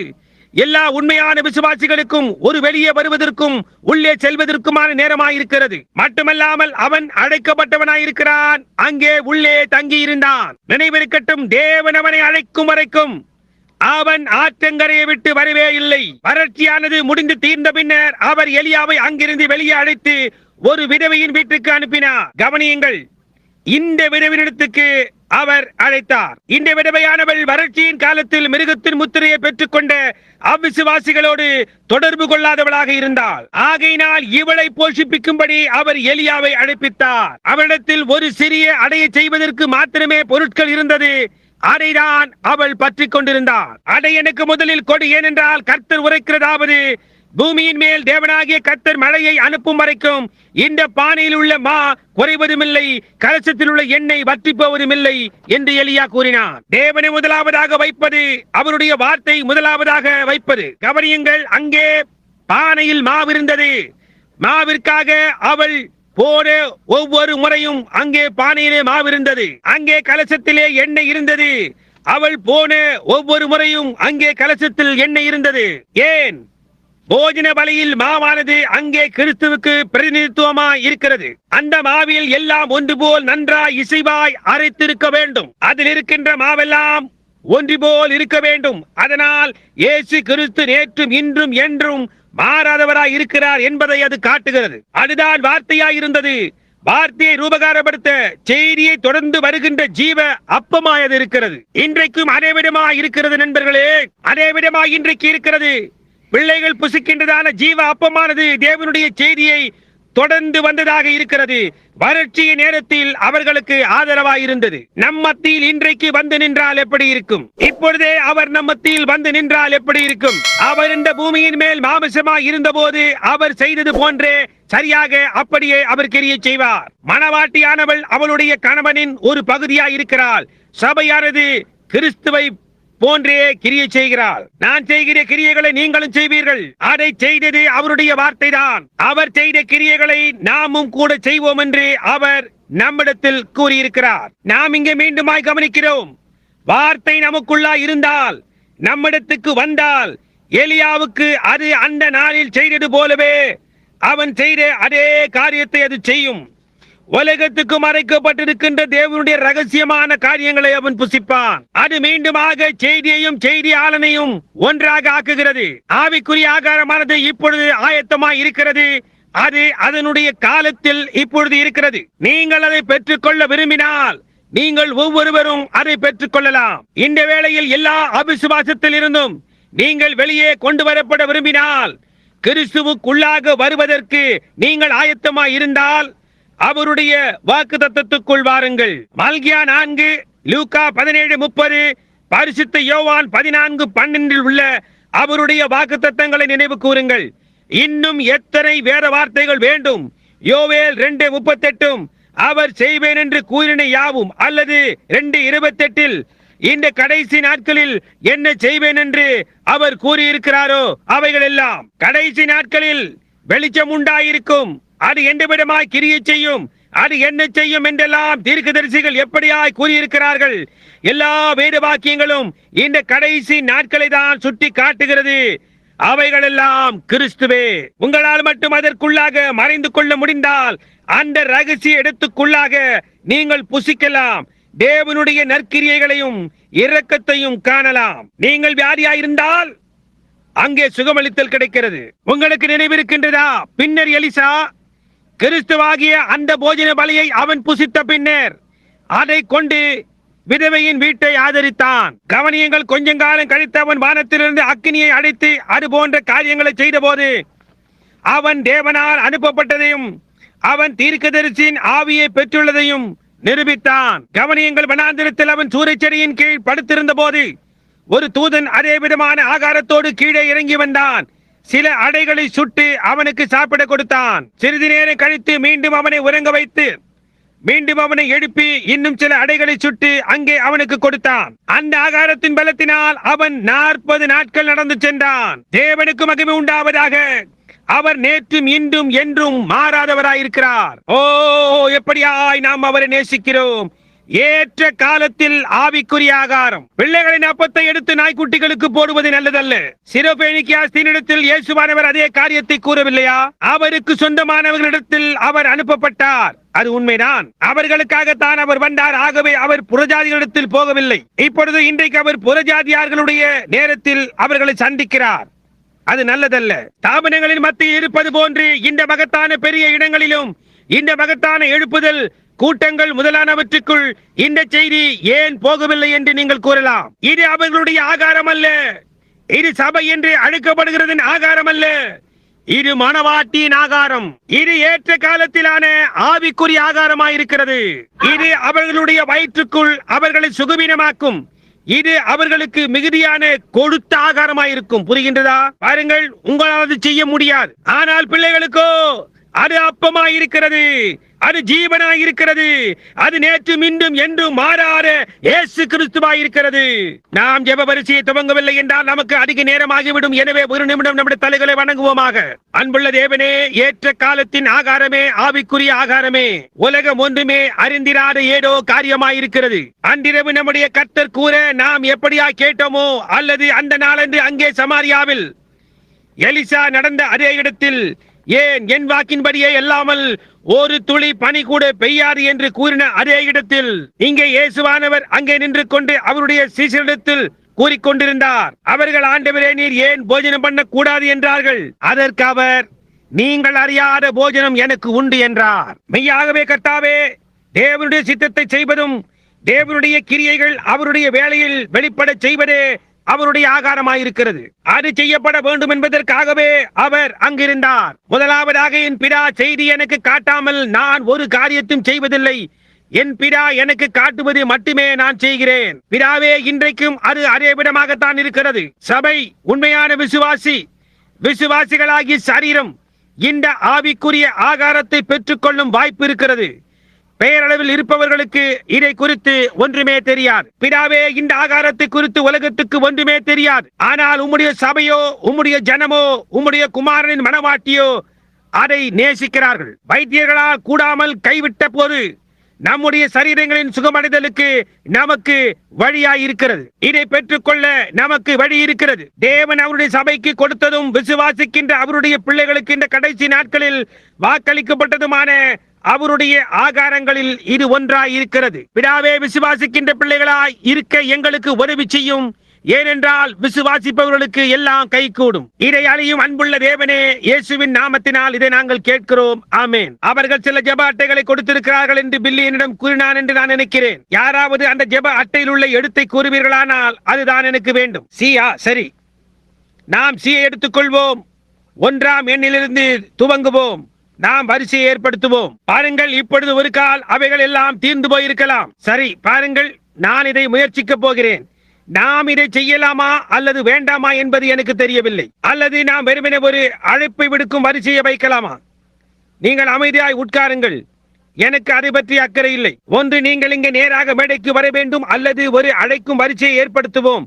அதை பற்றி அக்கறை இல்லை. ஏதாவது ஒன்று. நான் முழுவதுமாக பரிசுத்த ஆவியானவரையே சார்ந்திருக்கிறேன். நான் பிரசங்கித்த இந்த அவருடைய வார்த்தையை காத்துக் கொள்ளும்படியாய் நான் அவரை நம்பிக்கொண்டிருக்கிறேன். சகோதரன் ஜார்ஜ் ரைட் என்று நான் நினைக்கிறேன். நான் ஒரு சிறு பையனாய் இருந்தபோது அநேக வருஷங்களுக்கு முன்னர் உங்களுடைய வீட்டிற்கு வந்து விப்புருவில் பறவை மரத்தில் உட்கார்ந்து பாடுவதை கேட்பேன். நான் இன்னமும் அதே செய்தியை விசுவாசிக்கிறேன். அது அதேதான் என்று நான் விசுவாசிக்கிறேன். சரி, ஜெப வரிசைக்காக அங்கே பின்னால் இடம் உண்டாக்குகிறதை நான் காண்கிறேன். சரி, ஜெப அட்டை சி 1 2 3 4 5. முதலாவது வந்து சரியாக இங்கே நில்லுங்கள். உங்களால் எழும்ப முடியவில்லை என்றால் கரத்தை உயர்த்தி காட்டுங்கள். யாராவது வந்து உங்களை தூக்கி கொண்டு வருவார்கள். அது என்ன? ஆம், ஜெப அட்டை சி 1 2 3 4 5. இப்பொழுது கவனியுங்கள். ஜெப அட்டை இல்லாதவர்கள், இப்படிப்பட்ட ஒரு ஜெப வரிசையை நான் கண்டு நீண்ட காலமாகிவிட்டது. இங்கே இந்த ஜெப கூடாரத்தை நான் கட்டின போது எனக்கு உண்டான தேவ கட்டளையை எத்தனை பேருக்கு நினைவிருக்கிறது? ஒரு சுவிசேஷகனுடைய வேலையை செய் என்று அவர் கூறினார். நான் ஒரு சுவிசேஷகன் என்று அவர் கூறவில்லை. ஒரு சுவிசேஷகனுடைய வேலையை செய் என்று கூறினார். ஏனென்றால் ஒரு வேலையானது வரும், அப்பொழுது அது மாற்ற வேண்டியதாக இருக்கிறது என்றார். அந்த வேலையானது வந்து கொண்டிருக்கிறது. சரி, இப்பொழுது நீங்கள் 2-3 ஊழியங்களை ஒன்று சேர்க்க முடியாது. ஒரே நேரத்தில் போதகனாயும் சுவிசேஷகனாயும் இருக்கவும் முடியாது. அதே நேரத்தில் நீங்கள் ஒரு தீர்க்கதரிசியாயும் இருக்க முடியாது. ஒரு போதகராய் இருக்கலாம். அதே நேரத்தில் இரண்டும் இருக்க முடியாது. பாருங்கள், ஏனென்றால் உங்களுக்கு வித்தியாசமான வேலைகளும் வித்தியாசமான ஊழியங்களும் இருக்கிறது. ஆனால் என்னுடைய செய்தியில் நான் என்ன செய்ய வேண்டும் என்பதை கர்த்தர் எனக்கு கொடுத்தார். ஆனால் பின்னர் அவர், ஒரு சுவிசேஷகனுடைய வேலையை செய்து உன்னுடைய ஊழியத்தை முழு நிரூபணமாக்கு. ஏனென்றால் வேலையானது வரும், அப்பொழுது அவர்கள் ஆரோக்கியமான உபதேசத்தை பொறுக்க மாட்டார்கள் என்று கூறினார். அது இப்பொழுதும் வரவில்லை என்றால் ஒவ்வொரு சபை ஸ்தாபனமும் என்னை புறக்கணித்தது. அவர்களால் ஆரோக்கியமான உபதேசத்தை பொறுத்து கொள்ள முடியவில்லை. ஆனால் அவர்கள் தங்கள் சுய இச்சைகளுக்கு ஏற்ற போதகர்களை தங்களுக்கு சேர்த்துக் கொண்டு கட்டுக்கதைகளுக்கு சாய்ந்து போவார்கள். என்னையும் எம்பிரேயும் மோசேக்கு எதிர்த்து நின்றது போல அவர்கள் மகத்தான காரியங்களை செய்வார்கள். ஆனால் அவர்களுடைய மதியினம் வெளிப்படும். பார்த்தீர்களா? புரிகின்றதா? சரி, போலியானவைகள் எப்படி எம்பிரே என்று நீங்கள் பாருங்கள். பரலோகத்தில் இருக்கும் தேவன் அறிவார். அது அங்கே அந்த மூலையில் 1933 ஜெப கூடாரத்தின் மூலைக்கல்லில் வேதத்தின் ஒரு பக்கத்தில் எழுதப்பட்டு அங்கே வைக்கப்பட்டு அங்கே அது கிடக்கிறது. அவர்கள் அதை எப்படி செய்தார்கள் என்று பாருங்கள். என்ன சம்பவித்தது என்று பாருங்கள். போலியானவைகள் சரியாக அப்படியே அவர்களை அப்படியே விட்டுவிடுங்கள். என்னையும் எம்பிரேயுக்கு சம்பவித்தது போலவே அவர்களுடைய மதியினம் வெளிப்படும். இதோ நாம் அந்த நாட்களில் ஜீவிக்கிறோம். நாம் அந்த மூலைக்கல்லை நாட்டின போதே நான் சபையை கண்டேன். ஜனங்கள் சுற்றிலும் உள்ள ஜெப கூடாரத்தின் ஜன்னல்களிலும் கதவுகளிலும் சுற்றிலும் உள்ள மதில் சுவர்களிலும் நின்று கொண்டிருக்கிறதை கண்டேன். அங்கேதான் காரியம். கட்டிடம் எழும்பி வந்த பிறகு இந்த பட்டணத்தின் ஜனங்கள் இன்னும் ஒரு 6 மாத காலத்துக்குள் என்றார்கள். நம்மிடத்தில் $1 80 சென்ட்டுகளையும் வைத்துக் கொண்டு ஒரு ஜெப கூடாரம் கட்டுகிறோம் என்றால் அநேக மோட்டார் வாகன பழுது பார்ப்பவர்கள் இது அவர்களுடைய தொழில் பட்டியாய் ஆக போகின்றது என்று தீர்மானித்தார்கள். ஆனால் இன்னமும் அது ஒரு தேவனுடைய ஆட்டுத் தொழுவமாய் தேவனுடைய ஆடுகளுக்கு இருக்கிறது. 1 2 3 4 5 6 7 8 9 10 சி 6 7 8 9 10. சரி, இப்பொழுது கர்த்தராகிய நான் இதை நட்டேன். நான் அதற்கு பகலும் இரவுமாய் நீர் பாய்ச்சுவேன். இல்லை என்றால் யாராவது அதை என் கரத்திலிருந்து பிடுங்கி விடுவார்கள். குறை கூறுதலை கவனித்து பாருங்கள். இதை தாங்கத்தக்கதாக எந்த ஸ்தாபனமும் இல்லை. இங்கே தேசத்தை சுற்றிலும் உள்ள எந்த சபைக்கும் அது விருப்பமில்லை. அதை ஆதரிக்கத்தக்கதாக தேசத்தில் எந்த பெந்தேகோஸ்துக்கோ வேறு எந்த காரியமோ கிடையாது. தண்ணீர் ஞானஸ்தானத்துக்கு எல்லாரும் எதிராக இருக்கிறார்கள். மற்ற இந்த எல்லா காரியங்களுக்கும் எல்லாரும் எதிராக இருக்கிறார்கள். என்னுடைய சொந்த குடும்பமும் கூட, என்னுடைய சொந்த தகப்பனும் கூட என்னை வீட்டை விட்டு துரத்தினார்கள். நான் என்னுடைய துணிகளை ஒரு காகித பையிலே வைத்து வெளியேறி நியூ அல்பனியில் ஜீவித்தேன். உண்மையாக. ஆனால் அநேக ஆபத்துக்கள், பாடுகள், கண்ணிகள் ஊடாக நான் ஏற்கனவே கடந்து வந்தேன். இதுவரைக்குமாக என்னை பத்திரமாக அழைத்து வந்தது கிருபைதான். எனக்கு 56 வயதாகிவிட்டது. சீக்கிரத்தில் நான் ஆற்றை கடந்தாக வேண்டும். கிருபை என்னை தொடர்ந்து கொண்டு போகும். சூரியனை போன்று பிரகாசித்துக் கொண்டு நான் அங்கே 10,000 வருடங்களாக இருப்பேன். முதலில் நாம் தொடங்கினதை காட்டிலும் தேவனை நாம் துதிப்பதற்கு குறைவான நாட்கள் நமக்கு இல்லையே. ஓ, நான் இயேசுவை எப்படியாய் நேசிக்கிறேன். அவரே எனக்கு எல்லா உலகமுமாய் இருக்கிறார். ஓ நல்லது. நான் பார்த்தது எத்தனை? நான் எங்கே விட்டேன்? 10. நாம் இன்னும் சிலவற்றை எடுத்துக் கொள்வோமா? சரி, அது என்ன? 10 15? சரி, சி 10 15 வரை. நீங்கள் எங்கிருந்தாலும் உங்களால் எழும்பி நின்று உள்ளே வர முடியுமா? என்ன கூறுகிறீர்கள்? சி 15 20 வரை. அப்படியே இருக்கட்டும். சி 15 20 வரை. அது இன்னும் 10 பேர்களாகும். வரிசை அங்கு எங்கே நிற்கிறது என்று பாருங்கள். நாங்கள் அவர்களை கும்பலாக கூட்டுகிறதில்லை. சரி, உங்களுடைய பகுபடாத கவனத்தை நீங்கள் எனக்கு கொடுங்கள். நாம் நீண்ட நேரம் இருக்க போவதில்லை. ஆனால் இப்பொழுது ஓ, என்ன ஒரு வேளை, என்ன ஒரு நேரம். எல்லாரும் கர்த்தரை நேசிக்க வேண்டும் என நான் வாஞ்சிக்கிறேன். இந்த நிமிஷத்தின் மறைந்திருக்கும் சக்தியை உணரத்தக்கதான நிலைமைக்கு நாம் எல்லாரும் வர வேண்டும் என நான் விரும்புகிறேன். நாம் அதை முயற்சிப்போம். உங்களுடைய கவனத்தை மட்டும் எனக்கு கொடுங்கள். நாம் இங்கே என்ன செய்ய முயற்சிக்கிறோம்? ஒரு சோதனையின் ஊடாக நாம் தேவனுடைய வார்த்தையை பொருத்துகிறோம். எலியா அதே காரியத்தை தான் செய்தான். அதை செய்ய தேவனால் அனுப்பப்பட்டவன் என்பதை அவன் அறிந்த பின்னர் வெளி நடந்து மலையின் மேல் சென்றான். தேவன் யார் என்பதை இப்பொழுது நாம் நிரூபிப்போம். அக்னியினால் உத்தரவருளும் தேவனே தேவன் என்று கூறினான். அஞ்ஞானிகள் தங்களை கீறிக்கொள்வார்கள். அக்னி வந்து விழப்போவதில்லை என்பதை அவர்கள் அறிவார்கள். எனவே அவர்கள் உரத்த சத்தமிட்டு கூவினர், ஓ, நிச்சயமாக வராது என்றார்கள். ஆனால் அக்னி விடுமென்று எலியா அறிந்திருந்தான். ஏனென்றால் அவன் தேவனிடத்திலிருந்து ஒரு தரிசனத்தை பெற்றிருந்தான். அவன் ஒரு தரிசனத்தை பெற்றிருந்தான் என்றான் நீர் கூறுகிறீர்? ஆமையா. அவன் எல்லா காரியங்களையும் ஒழுங்காய் அடக்கின பின்னர் அவன், நான் இந்த காரியங்களை எல்லாம் உம்முடைய கட்டளையின்படி செய்தேன் என்றான். அதன் பிறகு அக்கினி விழத் தொடங்கியது. ஒவ்வொரு எழுத்தின்படியாயும் தேவனுடைய வார்த்தை காத்துக் கொள்ளப்படும் பொழுது மற்ற காரியங்களை அப்பொழுது அவர் கவனித்துக் கொள்வது தேவனுடைய காரியமாயிருக்கிறது. உங்களால் வெறுமனே அவருடைய வார்த்தையை அங்கே வைக்கும்படி தான் கூறுகிறார். அங்கே அதை வைக்கும்படியாய் நீங்கள் அழைக்கப்பட்டிருக்கிறீர்கள் என்ற நிச்சயத்தை மட்டும் உடையவர்களாயிருங்கள். புரிகின்றதா? நீங்கள் அழைக்கப்பட்டிருந்தால் அவர் எஞ்சியுள்ள காரியங்களை பார்த்துக் கொள்வார். இப்பொழுது நான் ஜெபித்துக் கொண்டிருக்கிற இந்த வரிசையின் ஊடாக ஜனங்கள் வந்து கொண்டிருப்பார்கள். வரிசையை துவங்குவதற்கு இப்பொழுது நீங்கள் சுவர் மட்டுமாய் நின்று கொண்டிருக்கிறீர்கள். முதலாவதாக இங்கே எங்கேயோ கட்டிடத்தில் சில ஜனங்கள், இங்கு எத்தனை பேர் ஜெப அட்டை இல்லாமல் சுகவீனமாய் இருக்கிறீர்கள்? உங்கள் கரங்களை உயர்த்துங்கள். பாருங்கள், எங்கு பார்த்தாலும் இருக்கிறார்கள். உங்களுக்கு தெரியும், நம்முடைய தேவன் அவர் நேற்றும் இன்றும் என்றும் மாறாதவரானால் அவரால் முடியும் என்று நான் விசுவாசிக்கிறேன். அவர் ஜெப வரிசையை நடத்தினார். ஜனங்கள் நீண்ட வரிசையாய் திரள் கூட்டமாய் அவரிடத்தில் வந்தார்கள்.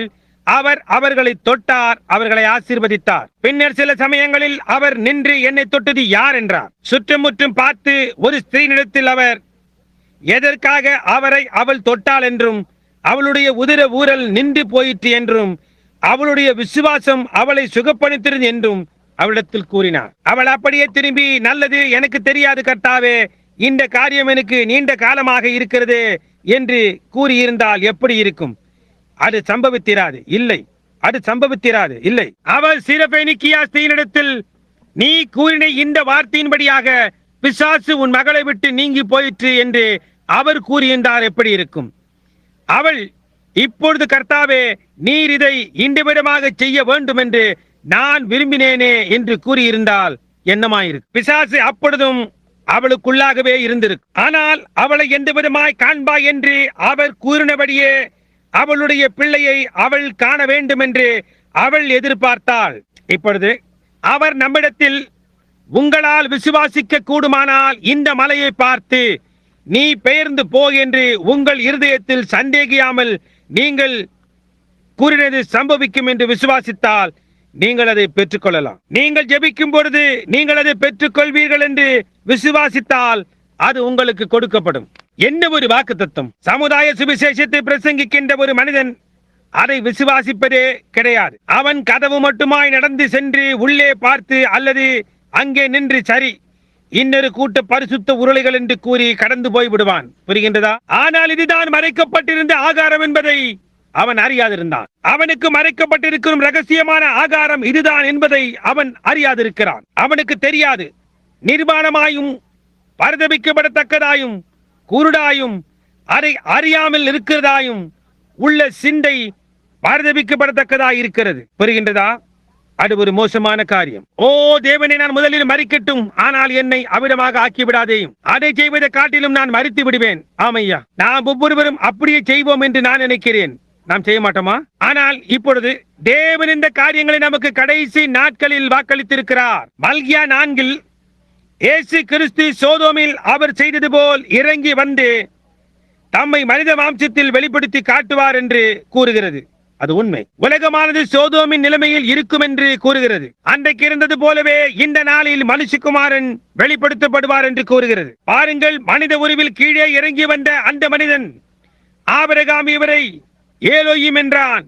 வாக்குத்தத்தம் பண்ணப்பட்ட குமாரன் வருவதற்கு முன்னதாக இவர் வந்தார். அது என்ன என்று பாருங்கள். அது தேவனாய் இருந்ததென்று ஆபிரகாம் கூறினான். 3 மனிதர்கள் அவரிடத்தில் வந்தார்கள் என்று வேதம் கூறுகின்றது. அவர்களுடைய ஆடைகள் தூசு படிந்திருந்தது. பிரயாணிகளாய் உட்கார்ந்து மனிதனை போன்று சாப்பிட்டார்கள். உலகமானது சோதோமின் நிலைமைக்கு வருகின்ற அதே வேளையிலே மனுஷகுமாரன் மீண்டுமாய் தம்மை தாமே வெளிப்படுத்துவார் என்று இயேசு கூறினார். தேவகுமாரன் அல்ல, மனுஷகுமாரன். பாருங்கள், தம்மை தாமே வெளிப்படுத்தி காட்டுவார். இப்பொழுது கடைசி தீர்க்கதரிசி என்ன கூறினார் என்பதோடு அதை குறித்துக் கொள்ளுங்கள். இதோ, நான் உங்களிடத்திற்கு எலியா தீர்க்கதரிசியை அனுப்புவேன். அவன் பிள்ளைகளுடைய இருதயத்தை பிதாக்களிடத்துக்கு திருப்புவான். புரிகின்றதா? அந்த நாளில் அவர்களை வேதத்துக்கு திருப்பக்கூடிய ஒரு செய்தியும் மனுஷகுமாரன் தம்மை தாமே வெளிப்படுத்துதலும் உண்டாயிருக்கும். கடைசி சபை காலத்தின் 7வது தூதனின் எக்காலம் முழங்கும் போது தேவனை பற்றின ரகசியங்கள் அந்த நாளில் வெளிப்படுத்தப்படும். 7 முத்திரைகள் உடைக்கப்படும்.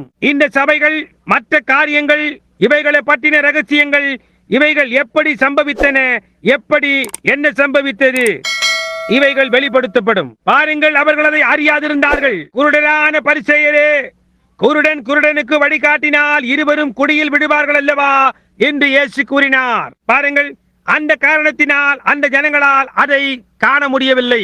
அதன் ரகசியம் என்னவென்றால், அந்த முத்திரைகள், அந்த சபைகள் ஒவ்வொன்றும் ஒரு ஸ்தாபனத்தை உண்டாக்கி அதற்குள்ளாக சென்றார்கள். தேவனுக்கு முன்பாக அது தவறான ரகசியங்களில் ஒன்றாய் இருக்கிறது. டாக்டர் லீ, உங்களுக்கு அது புரிகின்றதா? பாருங்கள், அது அந்த காரியம்தான் அங்கே இருக்கிறது. அது ரகசியங்களில் ஒன்று. அவர்கள் ஸ்தாபனமாகி பாருங்கள், தேவனுடைய சித்தத்தில் இருந்து முழுவதுமாக புறம்பாகி விட்டார்கள். கடைசி நாட்களில் அது வெளியாக்கப்பட்டு ஜனங்களை ஒரு கோட்பாட்டுக்கல்ல அல்லது ஒரு ஸ்தாபனத்துக்கல்ல, ஆனால் மீண்டும் உண்மையான வார்த்தைக்கு வழிநடத்தும். உண்மையான வார்த்தையானது ஒரு குறிப்பிட்ட குழுவான ஜனங்களிடத்திற்கு வரும். அவர்கள் மத்தியில் மனுஷகுமாரன் தம்மை தாமே நேற்றும் இன்றும் என்றும் மாறாதவராக வெளிப்படுத்தி காட்டுவார். நான் அதை நேசிக்கிறேன். அவரை பற்றி மேன்மை பாராட்ட நான் விரும்புகிறேன். ஜனங்களுக்கு முன்பாக அவரை பெரிதுபடுத்த எனக்கு விருப்பம். நான் ஒன்றும் அவரை பெரிதாக்க வேண்டியதில்லை. அவர் ஏற்கனவே பெரியவராய் இருக்கிறார். அவர் அவ்வளவு உயரமாய் இருப்பதினால் உங்களால் அவரை தாண்டி போக முடியாது. அவர் அவ்வளவு ஆழமாக இருப்பதினால் உங்களால் அவருக்கு அடியில் கடந்து போக முடியாது. அவர் அவ்வளவு அகலமாய் இருப்பதினால் உங்களால் அவரை சுற்றி கொண்டு போக முடியாது. இருந்தாலும் உங்களுடைய இருதயத்தில் அவருக்கு நீங்கள் இடத்தை உடையவர்களாய் இருக்கிறீர்கள். நீங்கள் அவரை ஏற்றுக்கொள்ள மாட்டீர்களா? நம்முடைய கர்த்தர் எவ்வளவு அற்புதமாய் இருக்கிறார். இப்பொழுது நாம் எல்லாரும் உண்மையாகவே அமைதியாவோம். நாம் இதை குறித்து பேசி இருக்கிறோம். இப்பொழுது அதை பற்றின காரியம் என்னவென்றால், அது உண்மைதானா? ஒரு கால் இங்கே சில அந்நியர்கள் இருக்கலாம். நான் இதை உங்களுக்கு ஒரு கால் சொல்லலாம். கிறிஸ்து நேற்றும் இன்றும் என்றும் மாறாதவராய் இருந்தால் இந்த நிமிஷத்தில் அவர் என்ன செய்வார்? இதற்கு முன்பாக அவர் இங்கே இருந்தபோது என்ன செய்தாரோ அதையே அவர் திருப்பி செய்வார். அது சரிதானே? ஜனங்களுடைய விசுவாசமானது அவருடைய வஸ்திரத்தை தொடும். அவர் அப்படியே திரும்புவார். கிணற்றண்டையில் அந்த ஸ்திரீனிடத்தில் செய்தது போன்றும் மற்ற இடங்களில் செய்தது போன்றும் அவர்களுடைய சிந்தனைகளை அவர் அறிந்து கொள்வார். அவரால் என்னை சுகப்படுத்த முடியும் என்று இப்பொழுது நீங்கள் சொல்லுகிறீர்களா? அவர் அதை ஏற்கனவே செய்து விட்டார் என்று அவருடைய வார்த்தை கூறுகிறது. ஆனால் அதன் காரியம் என்னவென்றால், அவர் இங்கே இருக்கிறார் என்பதை அறிய செய்யும்படியாக செய்வதே ஆகும். அவர் மாம்ச சரீரத்தில் நமக்கு தோன்றி 33 வயதில் கிறிஸ்துவின் தலை என்ற ஹாஃப்மன் அவரின் படத்தை போல் இருந்து அவருடைய கைகள் முதலானவற்றில் ரத்தம் வடிந்து கொண்டிருக்க அவருடைய சரீரத்தில் ஆணி வடுக்கள் இருந்தாலும் நான் அதை ஏற்றுக்கொள்ள மாட்டேன். இல்லை இல்லை இல்லை. அவர் வரும்போது அவரை தாமே கண்கள் யாவும் காணும், நாவுகள் யாவும் அறிக்கை செய்யும். கிழக்கிலிருந்து மேற்கே மின்னல் மின்னுவது போன்று அவருடைய வருகை இருக்கும். புரிகின்றதா? நாம் இந்த மத அனுசரணை முறையிலோ அல்லது வகுப்பாரிலோ நம்புவதில்லை. நாங்கள் தேவன் வார்த்தையாக இருக்கிறார் என்பதையே விசுவாசிக்கிறோம். ஆனால் அவர் உங்களுடைய சரீரத்தை என்னுடைய சரீரத்தை எடுத்து நமக்குள் தம்மை உருவாக்கி கொண்டு உங்களுக்கு வரங்களை கொடுக்கிறார், எனக்கு வரங்களை கொடுக்கிறார். இந்த வரங்களின் மூலமாக அவர் தம்மை தாமே அறியும்படி செய்கிறார். அதுதான் ரகசிய ஆகாரம். அவர் என் மூலமாக எவ்வளவாய் தம்மை தாமே வெளிப்படுத்தினாலும் அக்கறை இல்லை. நீங்கள் அதை விசுவாசித்தாக வேண்டும். அதை விசுவாசிக்க உங்களுக்கு விசுவாசிக்கும் வரம் கூட இருக்க வேண்டும். நீங்கள் அதை விசுவாசிக்கிறீர்களா? அவர் தம்மை அந்த விதமாக வெளிப்படுத்தி காட்டுவாரானால் நீங்கள் அவரை விசுவாசிப்பீர்களா? உங்கள் முழு இருதயத்தோடு நீங்கள் அவரை விசுவாசிப்பீர்களா? அவரிடத்தில் காத்திருப்பது, அவர் என்ன சொல்லுகிறார் என்பதை கேட்க காத்திருப்பது என்பது எவ்வளவு அற்புதமாய் இருக்கிறது. இதோ இங்கே ஒரு மனிதன் நின்று கொண்டிருக்கிறார். என்னுடைய ஜீவியத்தில் எனக்கு தெரிந்த மட்டில் நான் அவரை கண்டதே இல்லை. ஒரு நல்ல பலமுள்ள ஆரோக்கியமுள்ள ஒரு மனிதன் போன்று காணப்படுகிறார். ஒரு கால் அவ்விதமாக அவர் இருக்கலாம், எனக்கு தெரியாது. ஆனால் அவர் இங்கே நின்று கொண்டிருக்கிறார். இப்பொழுது நான் போய் அந்த மனிதன் மேல் என் கரங்களை வைத்து அவருக்காக ஜெபிக்க முடியும்.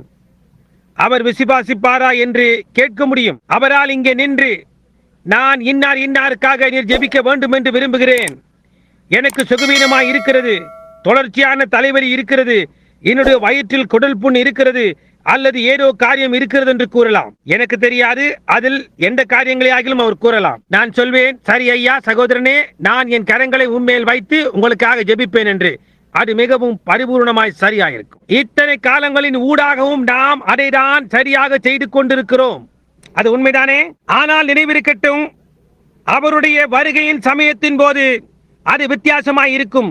சோதோமின் நாட்களில் இருந்தது போன்று இருக்கும் என்று இயேசு கூறினார். அங்கே வந்த அந்த மனிதன் சாரால் இருந்த கூடாரத்தின் பக்கமாக அவருடைய முதுகுபாகம் இருக்க, இப்பொழுது ஆபிராம் என்று அல்ல, ஆபிரகாம் என்று கூறினார். பாருங்கள், முந்தைய நாளன்று அவர் ஆபிராமாயிருந்தார். ஆனால் அவர் ஒரு தரிசனத்தை கண்டார். அதில் கர்த்தர், நான் உன்னுடைய பெயரை மாற்றப் போகிறேன் என்று அவரிடம் கூறினார். இங்கே கர்த்தர் தாமே மனித உருவில் வந்து சாப்பிட்டுக் கொண்டும் குடித்துக் கொண்டும் இருக்கிறார். அவர் ஆபிரகாமே, உன்னுடைய மனைவியாகிய சாராள் எங்கே என்றார்.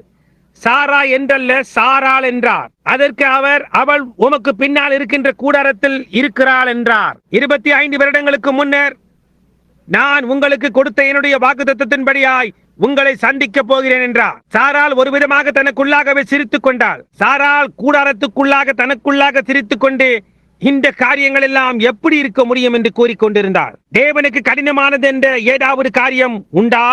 புரிகின்றதா? ஒன்றுமில்லை. இல்லை ஐயா. இப்பொழுது மனுஷகுமாரனாகிய அவர் என்று இயேசு வாக்களித்தார் என்று அவர் சொன்னார். வார்த்தையாகிய அவரே அது. நீங்கள் அதை விசுவாசிக்கிறீர்களா? கடைசி நாட்களிலே வந்து உலகமானது சோதோம் கொமோராவின் நிலைமையில் இருக்கும் வேளையில் வந்து தம்மை தாமே வெளிப்படுத்துவார். அது உண்மை என்று நீங்கள் விசுவாசிக்கிறீர்களா?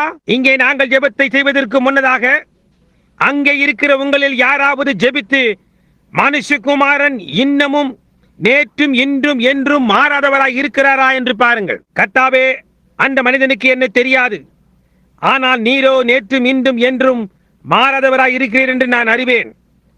அவர் அப்படித்தானா என்று கேளுங்கள்.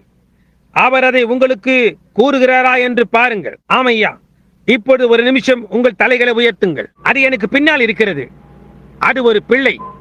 இப்பொழுது ஜுரத்தினால் பிள்ளை கொதித்துக் கொண்டிருக்கிறாள். அவள் ஒரு சிறிய பெண். நீங்கள் இந்த பட்டணத்துக்கு வெளியே இருந்து வந்திருக்கிறீர்கள். பிள்ளைக்கு ஒரு வயிற்று வலி இருக்கிறது. அது வலிக்கிறது. வெறுமனே விசுவாசி. இப்பொழுது அவர் செய்வேன் என்று கூறினது இதுதானே? அந்த நபரை என் ஜீவியத்தில் நான் கண்டதே இல்லை. பரலோகத்தில் இருக்கிற தேவன் அதை அறிவார். இங்கே இந்த மனிதன் மிகவும் பலசாலியாயும் ஆரோக்கியமாயும் காணப்படுகின்றார். ஆனால் அங்கே அவர் மேல் இருக்கின்ற அந்த நிழலை பார்க்கிறீர்களா? அதன் அர்த்தம் என்னவென்றால், தேவன் அவருக்கு உதவி செய்தாலுடைய அவர் அதிக காலம் இருக்க முடியாது என்பதுதான். அவருக்கு புற்றுநோய் இருக்கிறது. அது உங்களுடைய நுரையீரலில் இருக்கிறது. இப்பொழுது மனுஷகுமாரன் இங்கு இருக்கிறார். அவருடைய இருதயத்தில் ஒரு சிறு பையனை குறித்த பாரம் இருக்கிறது. ஒரு சிறு பிள்ளை. அது சரிதானே? அந்த பிள்ளைக்குள்ள கோளாறு என்னவென்று தேவனால் எனக்கு சொல்ல முடியும் என்று விசுவாசிக்கிறீர்களா? அவரால் முடியும். காக்காய் வலி ரூபத்தில் அவனுக்கு ஒரு வாயில் நுரை தள்ளி கீழே விடுகிறான். சமீபத்தில் அவனை ஒருமுறை தாக்கியது. அது சரியே, இன்று காலையிலானது. இந்த பிள்ளையை வளர்க்கும்படியாய் நீர் ஜீவனோடு இருப்பீர் என்றும் பையனும் சரியாகி விடுவான் என்றும் விசுவாசிக்கிறீரா? சார்லி காக்ஸ் எங்கே இருக்கிறார்? அவர் எங்கே இருக்கிறார்? சார்லி, நீ எங்கே இருக்கிறாய்? இன்றிரவு இங்கே இருக்கிறார் என்று நான் நினைத்தேன். சார்லி இங்கே. கேரி, நீர் எங்கே இருக்கிறீர்? லாரி, இங்கே இருக்கிறீரா? அவருடைய சிறு பையனுக்கு இப்படியாகத்தான் இருந்தது. சரியாக இதையே அவனுடையவனாய் இருந்தான். லாரி, நீர் எங்கே இருக்கிறீர்? இங்கே ஒரு நிமிஷம் வாரும். நல்லது, இங்கே நீர் இருக்கின்றாயா?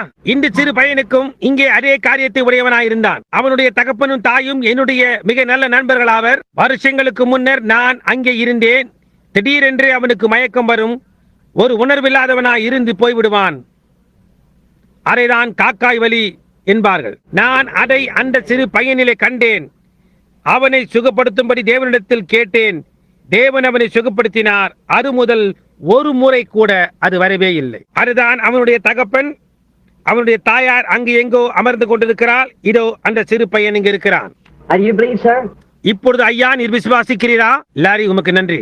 ஐயா, நீங்கள் விசுவாசிக்கிறீர்களா? பரலோகத்தின் தேவன் தாமே அதே காரியத்தை உமக்கும் அருளுவாராக.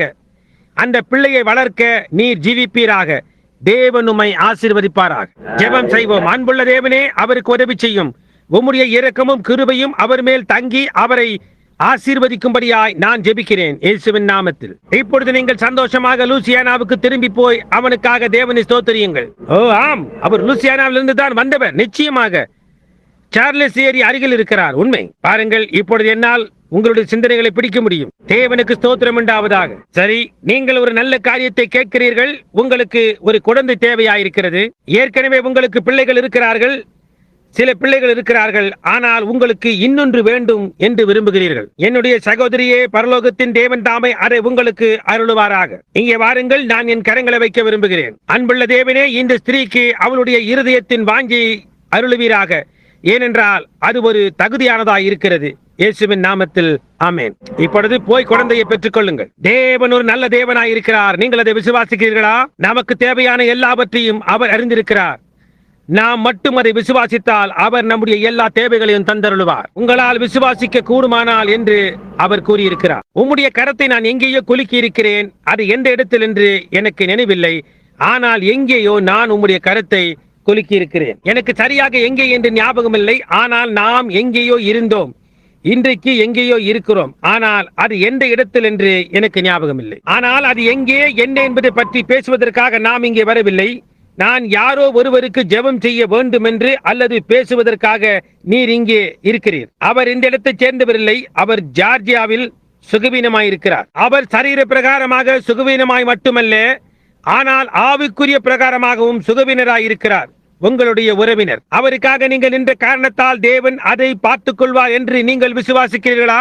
நீங்கள் விசுவாசிக்கிறீர்களா? இங்கே வாரும், நாம் சேர்ந்து ஜெபிப்போம். அன்புள்ள தேவனே, இந்த மனிதனுக்கு அவருடைய இருதயத்தின் வாஞ்சி அருளும். இந்த மனிதன் தேவனுக்காக கதறுகிறதை இவர் போய் கண்டறியும்படியாய் செய்யும். இயேசுவின் நாமத்தில் நான் இதை கேட்கிறேன். ஆமென். தேவன் நம்மை ஆசீர்வதிப்பாராக. சந்தேகப்பட வேண்டாம். உங்கள் முழு இருதயத்தோடும் விசுவாசியுங்கள். நீங்கள் எப்படி இருக்கிறீர்கள்? உம்முடைய கரத்தை அப்பொழுது குலுக்கும்படியாய் நான் என் கரத்தை நீட்டவில்லை என்பது இல்லை.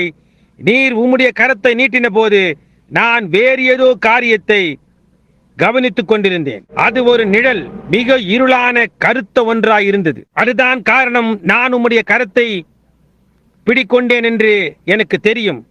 நான் அந்த விதமாக அதை கண்டேன். பாருங்கள். ஆனால் அது ஒரு புற்றுநோயாய் இருக்கிறது. தேவனால் அதை எடுத்து போட முடியும் என்று நீர் விசுவாசிக்கிறீரா?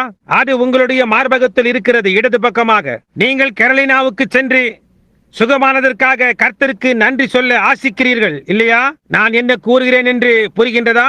ஜெபம் செய்வோம். அன்புள்ள தேவனே, இப்பொழுது இங்கு பிரசன்னராயிருக்கிற இயேசு கிறிஸ்துவின் நாமத்தினாலே பிள்ளைகள் தேவனுடைய அப்பத்தை சாப்பிட்டுக் கொண்டிருக்கிறார்கள். இந்த பிள்ளையும் கூட தேவன் அவருடைய சுகத்துக்காக கொடுக்கும் தேவனுடைய அப்பமாகிய விசுவாசத்தை இவரும் கூட அனுபவிப்பாராக. அவர் போய் சுகமடைவாராக. இயேசுவின் நாமத்தில் ஆமேன். சகோதரனே, கர்த்தர் உம்மை ஆசீர்வதிப்பாராக. உங்கள் முழு இருதயத்தோடும் விசுவாசியுங்கள். நீங்கள் எப்படி இருக்கிறீர்கள்? இது ஒரு அற்புதமான நேரமாக இருக்கிறது அல்லவா? ஒரு பயபக்தியான ஜனங்கள் மேல் வந்து அமருவது போன்று காண்கிறது. அல்லது ஒரு கால் என்னுடைய காதுகளில் ஏதோ காரியம் சம்பவித்துக் கொண்டிருப்பது போன்று கேட்கிறதோ என்பது போன்றதொரு சத்தம் எழும்புகின்றது. பாருங்கள், அதுதான் பிள்ளைகளுடைய அப்பம். புரிகின்றதா? அது உங்களுடையது. அது உங்களுக்குத்தான். அது எனக்கல்ல, அது உங்களுக்குத்தான். சரியாக இந்த நேரத்தில் தான் நான் மிகவும் நன்றி உள்ளவனாயிருக்கிறேன். எனக்கு தெரிந்த மட்டில் அப்படிதான். ஆனால் எனக்கு தேவை என்று இருக்கும்போது எனக்கும் கூட அது அப்பம்தான். உங்களுக்கு அது அப்பமாக இருக்கிறது. அது உங்களுக்கு உற்சாகம் அளிக்கிறதா இருக்கிறது. வியாதியா இல்லாமல் நன்றாக இருக்கின்ற உங்களுக்கும் அது உங்களுடைய இருதயத்தை தேவனுக்கு முன்பாக கொண்டு வருகின்றதா இருக்கிறது. அவர் செய்வேன் என்று எதை கூறினாரோ அதன் காலம் சரியாக இதுவாக இருக்கிறது. அதாவது சோதோமின் நாட்களில் நடந்தது போலவே மனுஷகுமாரனுடைய வருகையின் போதும் அப்பொழுது மனுஷகுமாரன் தம்மை வெளிப்படுத்துவார் என்பது. புரிகின்றதா? இதோ கர்த்தருடைய பெரிதும் பயங்கரமான நாள் வருகிறதற்கு முன்னே நான் உங்களிடத்திற்கு எலியா தீர்க்கதரிசியை அனுப்புகிறேன். அவன் ஜனங்களுடைய இருதயங்களை பிதாக்களிடத்துக்கு திருப்புவான். பாருங்கள், புரிகின்றதா? பின்பு நீதிமான்கள் துன்மார்க்கர்களுடைய சாம்பலின் மேல் நடப்பார்கள். அது சூளையை போல எரியும். பூமியானது எரியும். அங்கே அது விழ போகின்ற எரிமலை குழம்பு பூமியின் மீளெங்குமாய் பரம்பி இருக்கும். வானங்கள் அக்கினிமயமாய் எரியும். ஓ பிளவுண்ட மலையே, இப்போதும் அப்போதும் என்மேல் இரக்கமாயிரும். எப்படி இருக்கிறீர்கள்? சரி, ஒரு காரியம். உங்களுக்கு ஸ்திரீகளுக்குள்ள தொல்லை இருக்கிறது. பெண்களின் கோளாறு இருக்கிறது. இன்னும் மற்ற காரியங்களும் இருக்கின்றன. மிகவுமாக பயப்படுகின்றீர். அது ஏற்படக்கூடிய வயதுதான். எல்லா விதமான சிக்கல்களும் இருக்கின்றது. ஆனால் உங்களுக்கு ஒரு வாஞ்சையும் கூட இருக்கின்றது. அது பரிசுத்த ஆவியை பெற்றுக்கொள்ள வேண்டும் என்பதே. அது உண்மையே. காரியமே அதுதான். நீங்கள் எல்லாவற்றையும் அறிக்கை செய்து விட்டீர்களா? நான் உங்கள் மேல் கரங்களை வைத்து அதை செய்யும்படியாய் தேவனிடத்தில் கேட்டால் பரிசுத்த ஆவி வரும் என்று நீங்கள் விசுவாசிக்கிறீர்களா? நீங்கள் அதை விசுவாசிக்கிறீர்களா? ஜெபம் செய்வோம். அன்புள்ள தேவனே, அப்போஸ்தல முறைமையின்படியாய் நான் என் கரங்களை இந்த ஸ்திரீயின் மேல் வைத்து அவள் பரிசுத்தாவின் அபிஷேகத்தை பெற்றுக் கொள்ளும்படி கேட்கிறேன். இயேசு கிறிஸ்துவின் நாமத்தில் அவள் அதை பெற்றுக் கொள்வாளாக. ஆமேன். அதை சந்தேகியாதேயுங்கள். அது உமக்கு சொந்தமானது. பாருங்கள், அது உங்களுடையது. அதுதான் பிள்ளைகளுடைய அப்பம். பெண்களுக்குள்ள தொல்லை என்று நான் கூறின போது உங்களுக்கு ஒரு வினோதமான உணர்வு உண்டானது இல்லையா? ஏனென்றால் உங்களுக்கு இருந்தது கூட அதுதான். நீங்கள் சுகமாக இருக்க போகிறீர்கள் என்று இப்பொழுது விசுவாசிக்கிறீர்களா? ஓம், கர்த்தருக்கு நன்றி கூறிக்கொண்டே போ. நீங்கள் எப்படி இருக்கிறீர்கள்? உங்கள் முழு இருதயத்தோடும் விசுவாசிக்கிறீர்களா? நீண்ட காலத்துக்கு முன்பு நீங்கள் சாப்பிட்டது போன்று சாப்பிட போகிறீர்கள் என்று நீங்கள் விசுவாசிக்கிறீர்களா? சரி, போய் கர்த்தாவே உமக்கு நன்றி, நான் அதை விசுவாசிக்கிறேன் என்று கூறுங்கள். கர்த்தருடைய பிரசன்னம் இங்கு இருக்கிறது. அந்த முதுகுவலி உங்களை விட்டு போக போகிறது என்றும் நீங்கள் சுகமடைய போகிறீர்கள் என்றும் நீங்கள் விசுவாசிக்கிறீர்களா? நல்லது. உமக்கு நன்றி அருமையான தேவனே என்று கூறிக்கொண்டே போம். தேவன் அதை அருளுவாராக. நீங்கள் சுகமாவீர்கள் என்றும் கர்த்தர் உங்களை சுகமாக்கி உங்களுக்கு மூட்டு வலி இல்லாமல் சுகமாயும் ஆரோக்கியமாயும் இருக்க போகிறீர்கள் என்று நீங்கள் விசுவாசிக்கிறீர்களா? நீங்கள் அதை விசுவாசிக்கிறீர்களா? அவருக்கு நன்றி கூறி கர்த்தாவே நான் அதை என் முழு இருதயத்தோடும் ஏற்றுக்கொள்ளுகிறேன், நான் அதை விசுவாசிக்கிறேன் என்று கூறி போங்கள். அங்கே வெளியே இருக்கின்ற நீங்கள் எல்லாரும் அதை விசுவாசிக்கிறீர்களா? இங்கே இருக்கின்ற நீங்கள் உங்களுக்கு பக்கத்தில் உட்கார்ந்து கொண்டிருக்கின்ற அந்த அம்மாளின் மேல் உங்கள் கரத்தை வைத்து அவளுடைய நரம்பு கோளாறும் மூட்டு வலியும் அவளை விட்டு போய்விடும் என்று கூறுங்கள். தேவன் நம்மை ஆசீர்வதிப்பாராக. நீங்கள் இப்பொழுது சுகமடைய போகிறீர்கள் என்று விசுவாசிக்கிறீர்களா? வீட்டிற்கு போய் சுகமாயிரு, தேவன் உம்மை ஆசீர்வதிப்பாராக. கர்த்தராகிய இயேசுவே உமக்கு நன்றி என்று கூறிக்கொண்டே உம்முடைய பாதையிலே போம். எப்படி இருக்கிறீர்கள்? ஸ்திரீகளுக்குள்ள கோளாறு உங்களை விட்டு போக போகிறது என்று விசுவாசிக்கிறீர்களா? நீங்கள் சுகமடைய போகிறீர்களா? கர்த்தாவே உமக்கு நன்றி என்று சொல்லிக் கொண்டே போங்கள். எப்படி இருக்கிறீர்கள்? ஏன் என்னே நான் பாப்டிஸ்ட் சபைக்கு நான் போதகனாய் இருந்த போது எனக்கு உங்களுடைய பெயரை தெரியும், சகோதரி டெல்லா டோட்டன். இப்பொழுது நீங்கள் முதுகு வலியினால் கஷ்டப்படுகிறீர்கள். அதெல்லாம் சரியாக ஆக போகிறது. அவர் உங்களை சுகமாக்க போகிறார் என்று நீங்கள் விசுவாசிக்கிறீர்களா? வருஷங்களுக்கு முன்பு மில்டோன் பாப்டிஸ்ட் சபையில் என்ன சம்பவித்தது என்பது உங்களுக்கு நினைவிருக்கின்றதா? அவர் இன்றைக்கும் அதே தேவனாக இருக்கிறார். சகோதரியே, தேவன் நம்மை ஆசீர்வதிப்பாராக. ஜார்ஜ் ரைட், எங்கே இருக்கின்றாய்? உனக்கு நினைவிருக்கின்றதா? என்னே இந்த அபிஷேகத்தோடு நான் என் கரங்களை உங்கள் மேல் வைத்தால் நீங்கள் சுகமாவீர்கள் என்று விசுவாசிக்கிறீர்களா? இங்கே வாருங்கள். இயேசு கிறிஸ்துவின் நாமத்தினால் சுகமடைவாளாக. ஆமேன். விசுவாசம் உள்ளவளாயிரு. நல்லது. நீங்கள் யாவரும் உங்கள் முழு இருதயங்களோடு விசுவாசிக்கிறீர்களா? இந்த அம்மாளை பார்த்ததில் எவ்வளவு நன்றாய் பழைய நினைவுகள் எனக்கு வந்து வருகிறது. அவளுடைய பெயரை என்னால் யோசிக்க முடியவில்லை. டாட்டன், அது சரியே. ஓ ஆம், அவளுடைய மகள் தான் பேர்டி. அது சரியே, அது முற்றிலும் சரியே. நான் ஏதோ என்னையும் கடந்திருக்கிறேன் என்று நினைக்க வேண்டாம். உங்களுக்கு தெரியும், ஏதோ ஒரு விதமாக லேசாக அப்படி என்னால் அதை விளக்கி கூற முடியாது. ஆனால் அம்மாளே, உங்களுடைய முதுகுவலி போய்விட்டது. போய் கர்த்தரை ஸ்தோத்திரி, கர்த்தாவே உமக்கு நன்றி என்று கூறுங்கள். உங்களுடைய இருதய கோளாறும் கூட சரியாகி விடும் என்று விசுவாசிக்கிறீர்களா? கர்த்தராக இயேசுவே உமக்கு நன்றி என்று கூறி சந்தோஷத்தோட போங்கள். அதை விசுவாசியுங்கள். சரி, இப்பொழுது விசுவாசத்தை உடையவளாய் இருங்கள், சந்தேகியாதேயுங்கள். பாருங்கள் அம்மா, நீங்கள் உங்கள் முழு இருதயத்தோடு விசுவாசிக்கிறீர்களா? உங்களிடத்தில் அநேக காரியங்களும் கோளாறுகளும் இருக்கிறது. உங்களுக்கு முதுகு வலியும் கூட இருக்கிறது. தேவன் உங்களை சுகப்படுத்துவார் என்று விசுவாசிக்கிறீர்களா? சரி, போம். உங்களை அந்த விதமாய் ஆக்கினவர் அவரே என்று சந்தோஷியுங்கள். கர்த்தாவே உமக்கு நன்றி. தேவன் நம்மை ஆசீர்வதிப்பாராக. சகோதரியே, ஹாய் மகனே, அந்த பிள்ளையின் நரம்பு கோளாறை சுஸ்தமாக்கி அந்த பிள்ளையை தேவன் சரியாக்க போகிறார் என்று நீங்கள் விசுவாசிக்கிறீர்களா? நீங்கள் அதை விசுவாசிக்கிறீர்களா? சரி. ஹாய் நண்பனே, நான் உன்னுடைய கரத்தை குலுக்கட்டும். அன்புள்ள தேவனே, அந்த பொல்லாத காரியத்தை அந்த பயனிடத்திலிருந்து வெளியே எடுத்து போடும். அவன் சாதாரணமானவனாய் ஜீவிப்பானாக. இயேசுவின் நாமத்தில் ஆமென். சகோதரனே, தேவன் நம்மை ஆசீர்வதிப்பாராக. நீங்கள் அதை விசுவாசிக்கிறீர்கள் இல்லையா? சுகமாகுங்கள். அதை பற்றி கவலைப்படாதேயுங்கள். இருதய கோளாறு உண்டாவதற்கு மிகவும் வாலிப பருவமாய் இருக்கிறீர்கள். தேவன் உங்களை சுகப்படுத்துவார் என்று நீங்கள் விசுவாசிக்கிறீர்களா? என்னை சுகப்படுத்தினதற்காக கர்த்தாவே உமக்கு நன்றி என்று கூறிக்கொண்டே போங்கள். வயிற்று கோளாறை சுஸ்தப்படுத்தி உங்களை தேவன் சுகமாக்க போகிறார் என்று நீங்கள் விசுவாசிக்கிறீர்களா? கர்த்தாவே உமக்கு நன்றி என்று கூறிக்கொண்டே சந்தோஷத்தோட போம். அவர் இன்னமும் தேவனாய் இருக்கிறார் இல்லையா? நீங்கள் செய்ய வேண்டியதா இருக்கின்ற ஒரே காரியம் விசுவாசிக்க வேண்டும். அது சரியா இருக்கிறதா? கடைசி நாட்களில் மனுஷகுமாரன் என்பதை நீங்கள் விசுவாசிக்கிறீர்களா? ஒரு சில நிமிஷங்களுக்கு முன்னர் இங்கே ஏதோ காரியம் சம்பவித்தது. அது எங்கே என்பதை கண்டறிய நான் முயற்சிக்கிறேன். யாரோ விசுவாசத்தை உடையவர்களாய் இருந்து ஏதோ காரியத்தை செய்து விட்டார்கள். அல்லது ஒரு கால் நான் அவர்களை அடுத்த வாரத்தில் அல்லது என்னால் முடிந்த போது கண்டு கொள்ளலாம். இதோ அது மறுபடியும் அங்கே இருக்கிறது. உங்களுடைய கரம் உயர்த்தப்பட்டு இருக்கிறது. அந்த இருதய கோளாறை தேவன் சொஸ்தப்படுத்தி உங்களை சுகமாக்க முடியும். அங்கே இருக்கின்ற உம்முடைய மகளை சுகப்படுத்த முடியும் என்று நீங்கள் விசுவாசிக்கிறீர்களா? நீங்கள் அதை விசுவாசிக்கிறீர்களா? திருமதி நெப், தேவனால் கூடும் என்று விசுவாசிக்கிறீர்களா? லியோ நெப், எனக்கு உங்களை தெரியாது. ஆனால் அதாவது நீங்கள் யார் என்பது தெரியாது. உங்களுக்கு இருதய கோளாறு இருக்கிறது. உங்களுடைய சிறு மகளுக்கு சிறுநீரக கோளாறு இருக்கிறது. அவள் சுகமாக போகிறாள் என்று நீர் விசுவாசிக்கிறீரா? உங்களுடைய விசுவாசம் உங்களை முழுமையாக்குகிறது. உங்கள் முழு இருதயத்தோடு விசுவாசியுங்கள். உங்களை தான் அங்கு பின்னால் இருக்கிறீர்களே, வயிற்று வலியோடு நின்று கொண்டிருக்கிறீர்களே, உங்களை தான் இயேசு கிறிஸ்து சுகமாக்குகிறார். நீங்கள் விசுவாசிக்கிறீர்களா? அவர் நேற்று மீண்டும் என்றும் மாறாதவராயிருக்கிறார். இப்பொழுது நாம் ஒருவர் இன்னொருவர் மேல் கரங்களை வைப்போமாக. இப்பொழுது நாம் இருக்கின்றதான வேலையை சிந்தித்து பாருங்கள். நேரத்தை சிந்தித்து பாருங்கள். தேவனுடைய குமாரனாகிய இயேசு கிறிஸ்துவின் பிரசன்னத்தில் நாம் இருக்கிறோம் என்பதை சிந்தித்து பாருங்கள். அவர் இதை கடைசி நாட்களில் செய்வேன் என்று வாக்களித்திருக்கிறார். இந்த கைக்குட்டைகளின் மேல் நான் என் கரங்களை வைத்திருக்கிறேன். அன்புள்ள தேவனே, ஜனங்களின் சரீர சுகத்துக்காக இந்த கைக்குட்டைகளை நீர் ஆசீர்வதிக்க வேண்டும் என்று இயேசு கிறிஸ்துவின் நாமத்தின் மூலமாக நான் ஜெபிக்கிறேன். இப்பொழுது ஒருவர் இன்னொருவர் மேல் கரங்கள் வைத்த வண்ணமாய் இருக்கையில் நீங்கள் ஒவ்வொருவரும் கிறிஸ்துவின் சரீரத்தின் அங்கங்களாக இருக்கிறீர்கள். இருதயத்தின் ரகசியங்களை வெளிப்படுத்தவும் இந்த காரியங்களை செய்யவும் வாக்களித்த அதே பரிசுத்த ஆவியானவர் அவர்தான் உங்களுக்குள்ளாக இப்பொழுது இருக்கிறார். நீங்கள் அவரின் ஒரு பாகமாய் இருக்கிறீர்கள். அவர் உங்களின் ஒரு பாகமாய் இருக்கிறார். இப்பொழுது அவர் இந்த அடையாளங்கள் விசுவாசிக்கிறவர்களை பின்தொடரும் என்று கூறினார். அது நீங்கள் தான். அவர்கள் வியாதியஸ்தர்கள் மேல் கரங்களை வைத்தால் அவர்கள் சுகமடைவார்கள். இப்பொழுது உங்களுக்காக நீங்கள் ஜெபம் செய்ய வேண்டாம். நீங்கள் யார் மேல் கரத்தை வைத்திருக்கிறீர்களோ அவர்களுக்காக ஜெபியுங்கள். ஏனென்றால் அவர்கள் உங்களுக்காக ஜெபிக்கிறார்கள். இந்த கட்டடத்திற்குள் பலவீனமான ஒருவர் கூட இல்லாதிருக்கும்படியாக நாம் ஒன்று கூடி ஜெபிப்போமாக. நாம் ஏன் இனி காத்திருக்க வேண்டும்? என்னுடைய அருமையான சகோதரனே, சகோதரியே, நாம் எதை குறித்து பேசிக் கொண்டிருந்தோமோ அதே காரியம் பரிசுத்த ஆவியானவர் தேவனே சரியாக இங்கே இருக்கிறார். அன்புள்ள இயேசுவே, உம்முடைய பிரசன்னத்தை நாங்கள் அடையாளம் காண்கிறோம். அன்றொரு நாள் அந்த சிறு பிள்ளை மரித்து போன பிறகு அதை விசுவாச ஜெபத்தின் மூலமாய் திரும்ப ஜீவன் பெற செய்தீர். அன்புள்ள தேவனே, நாங்கள் போய் பார்க்க முடியாத அநேகர் இங்கே இருக்கிறார்கள். நேரமோ கடந்து கொண்டு போகிறது.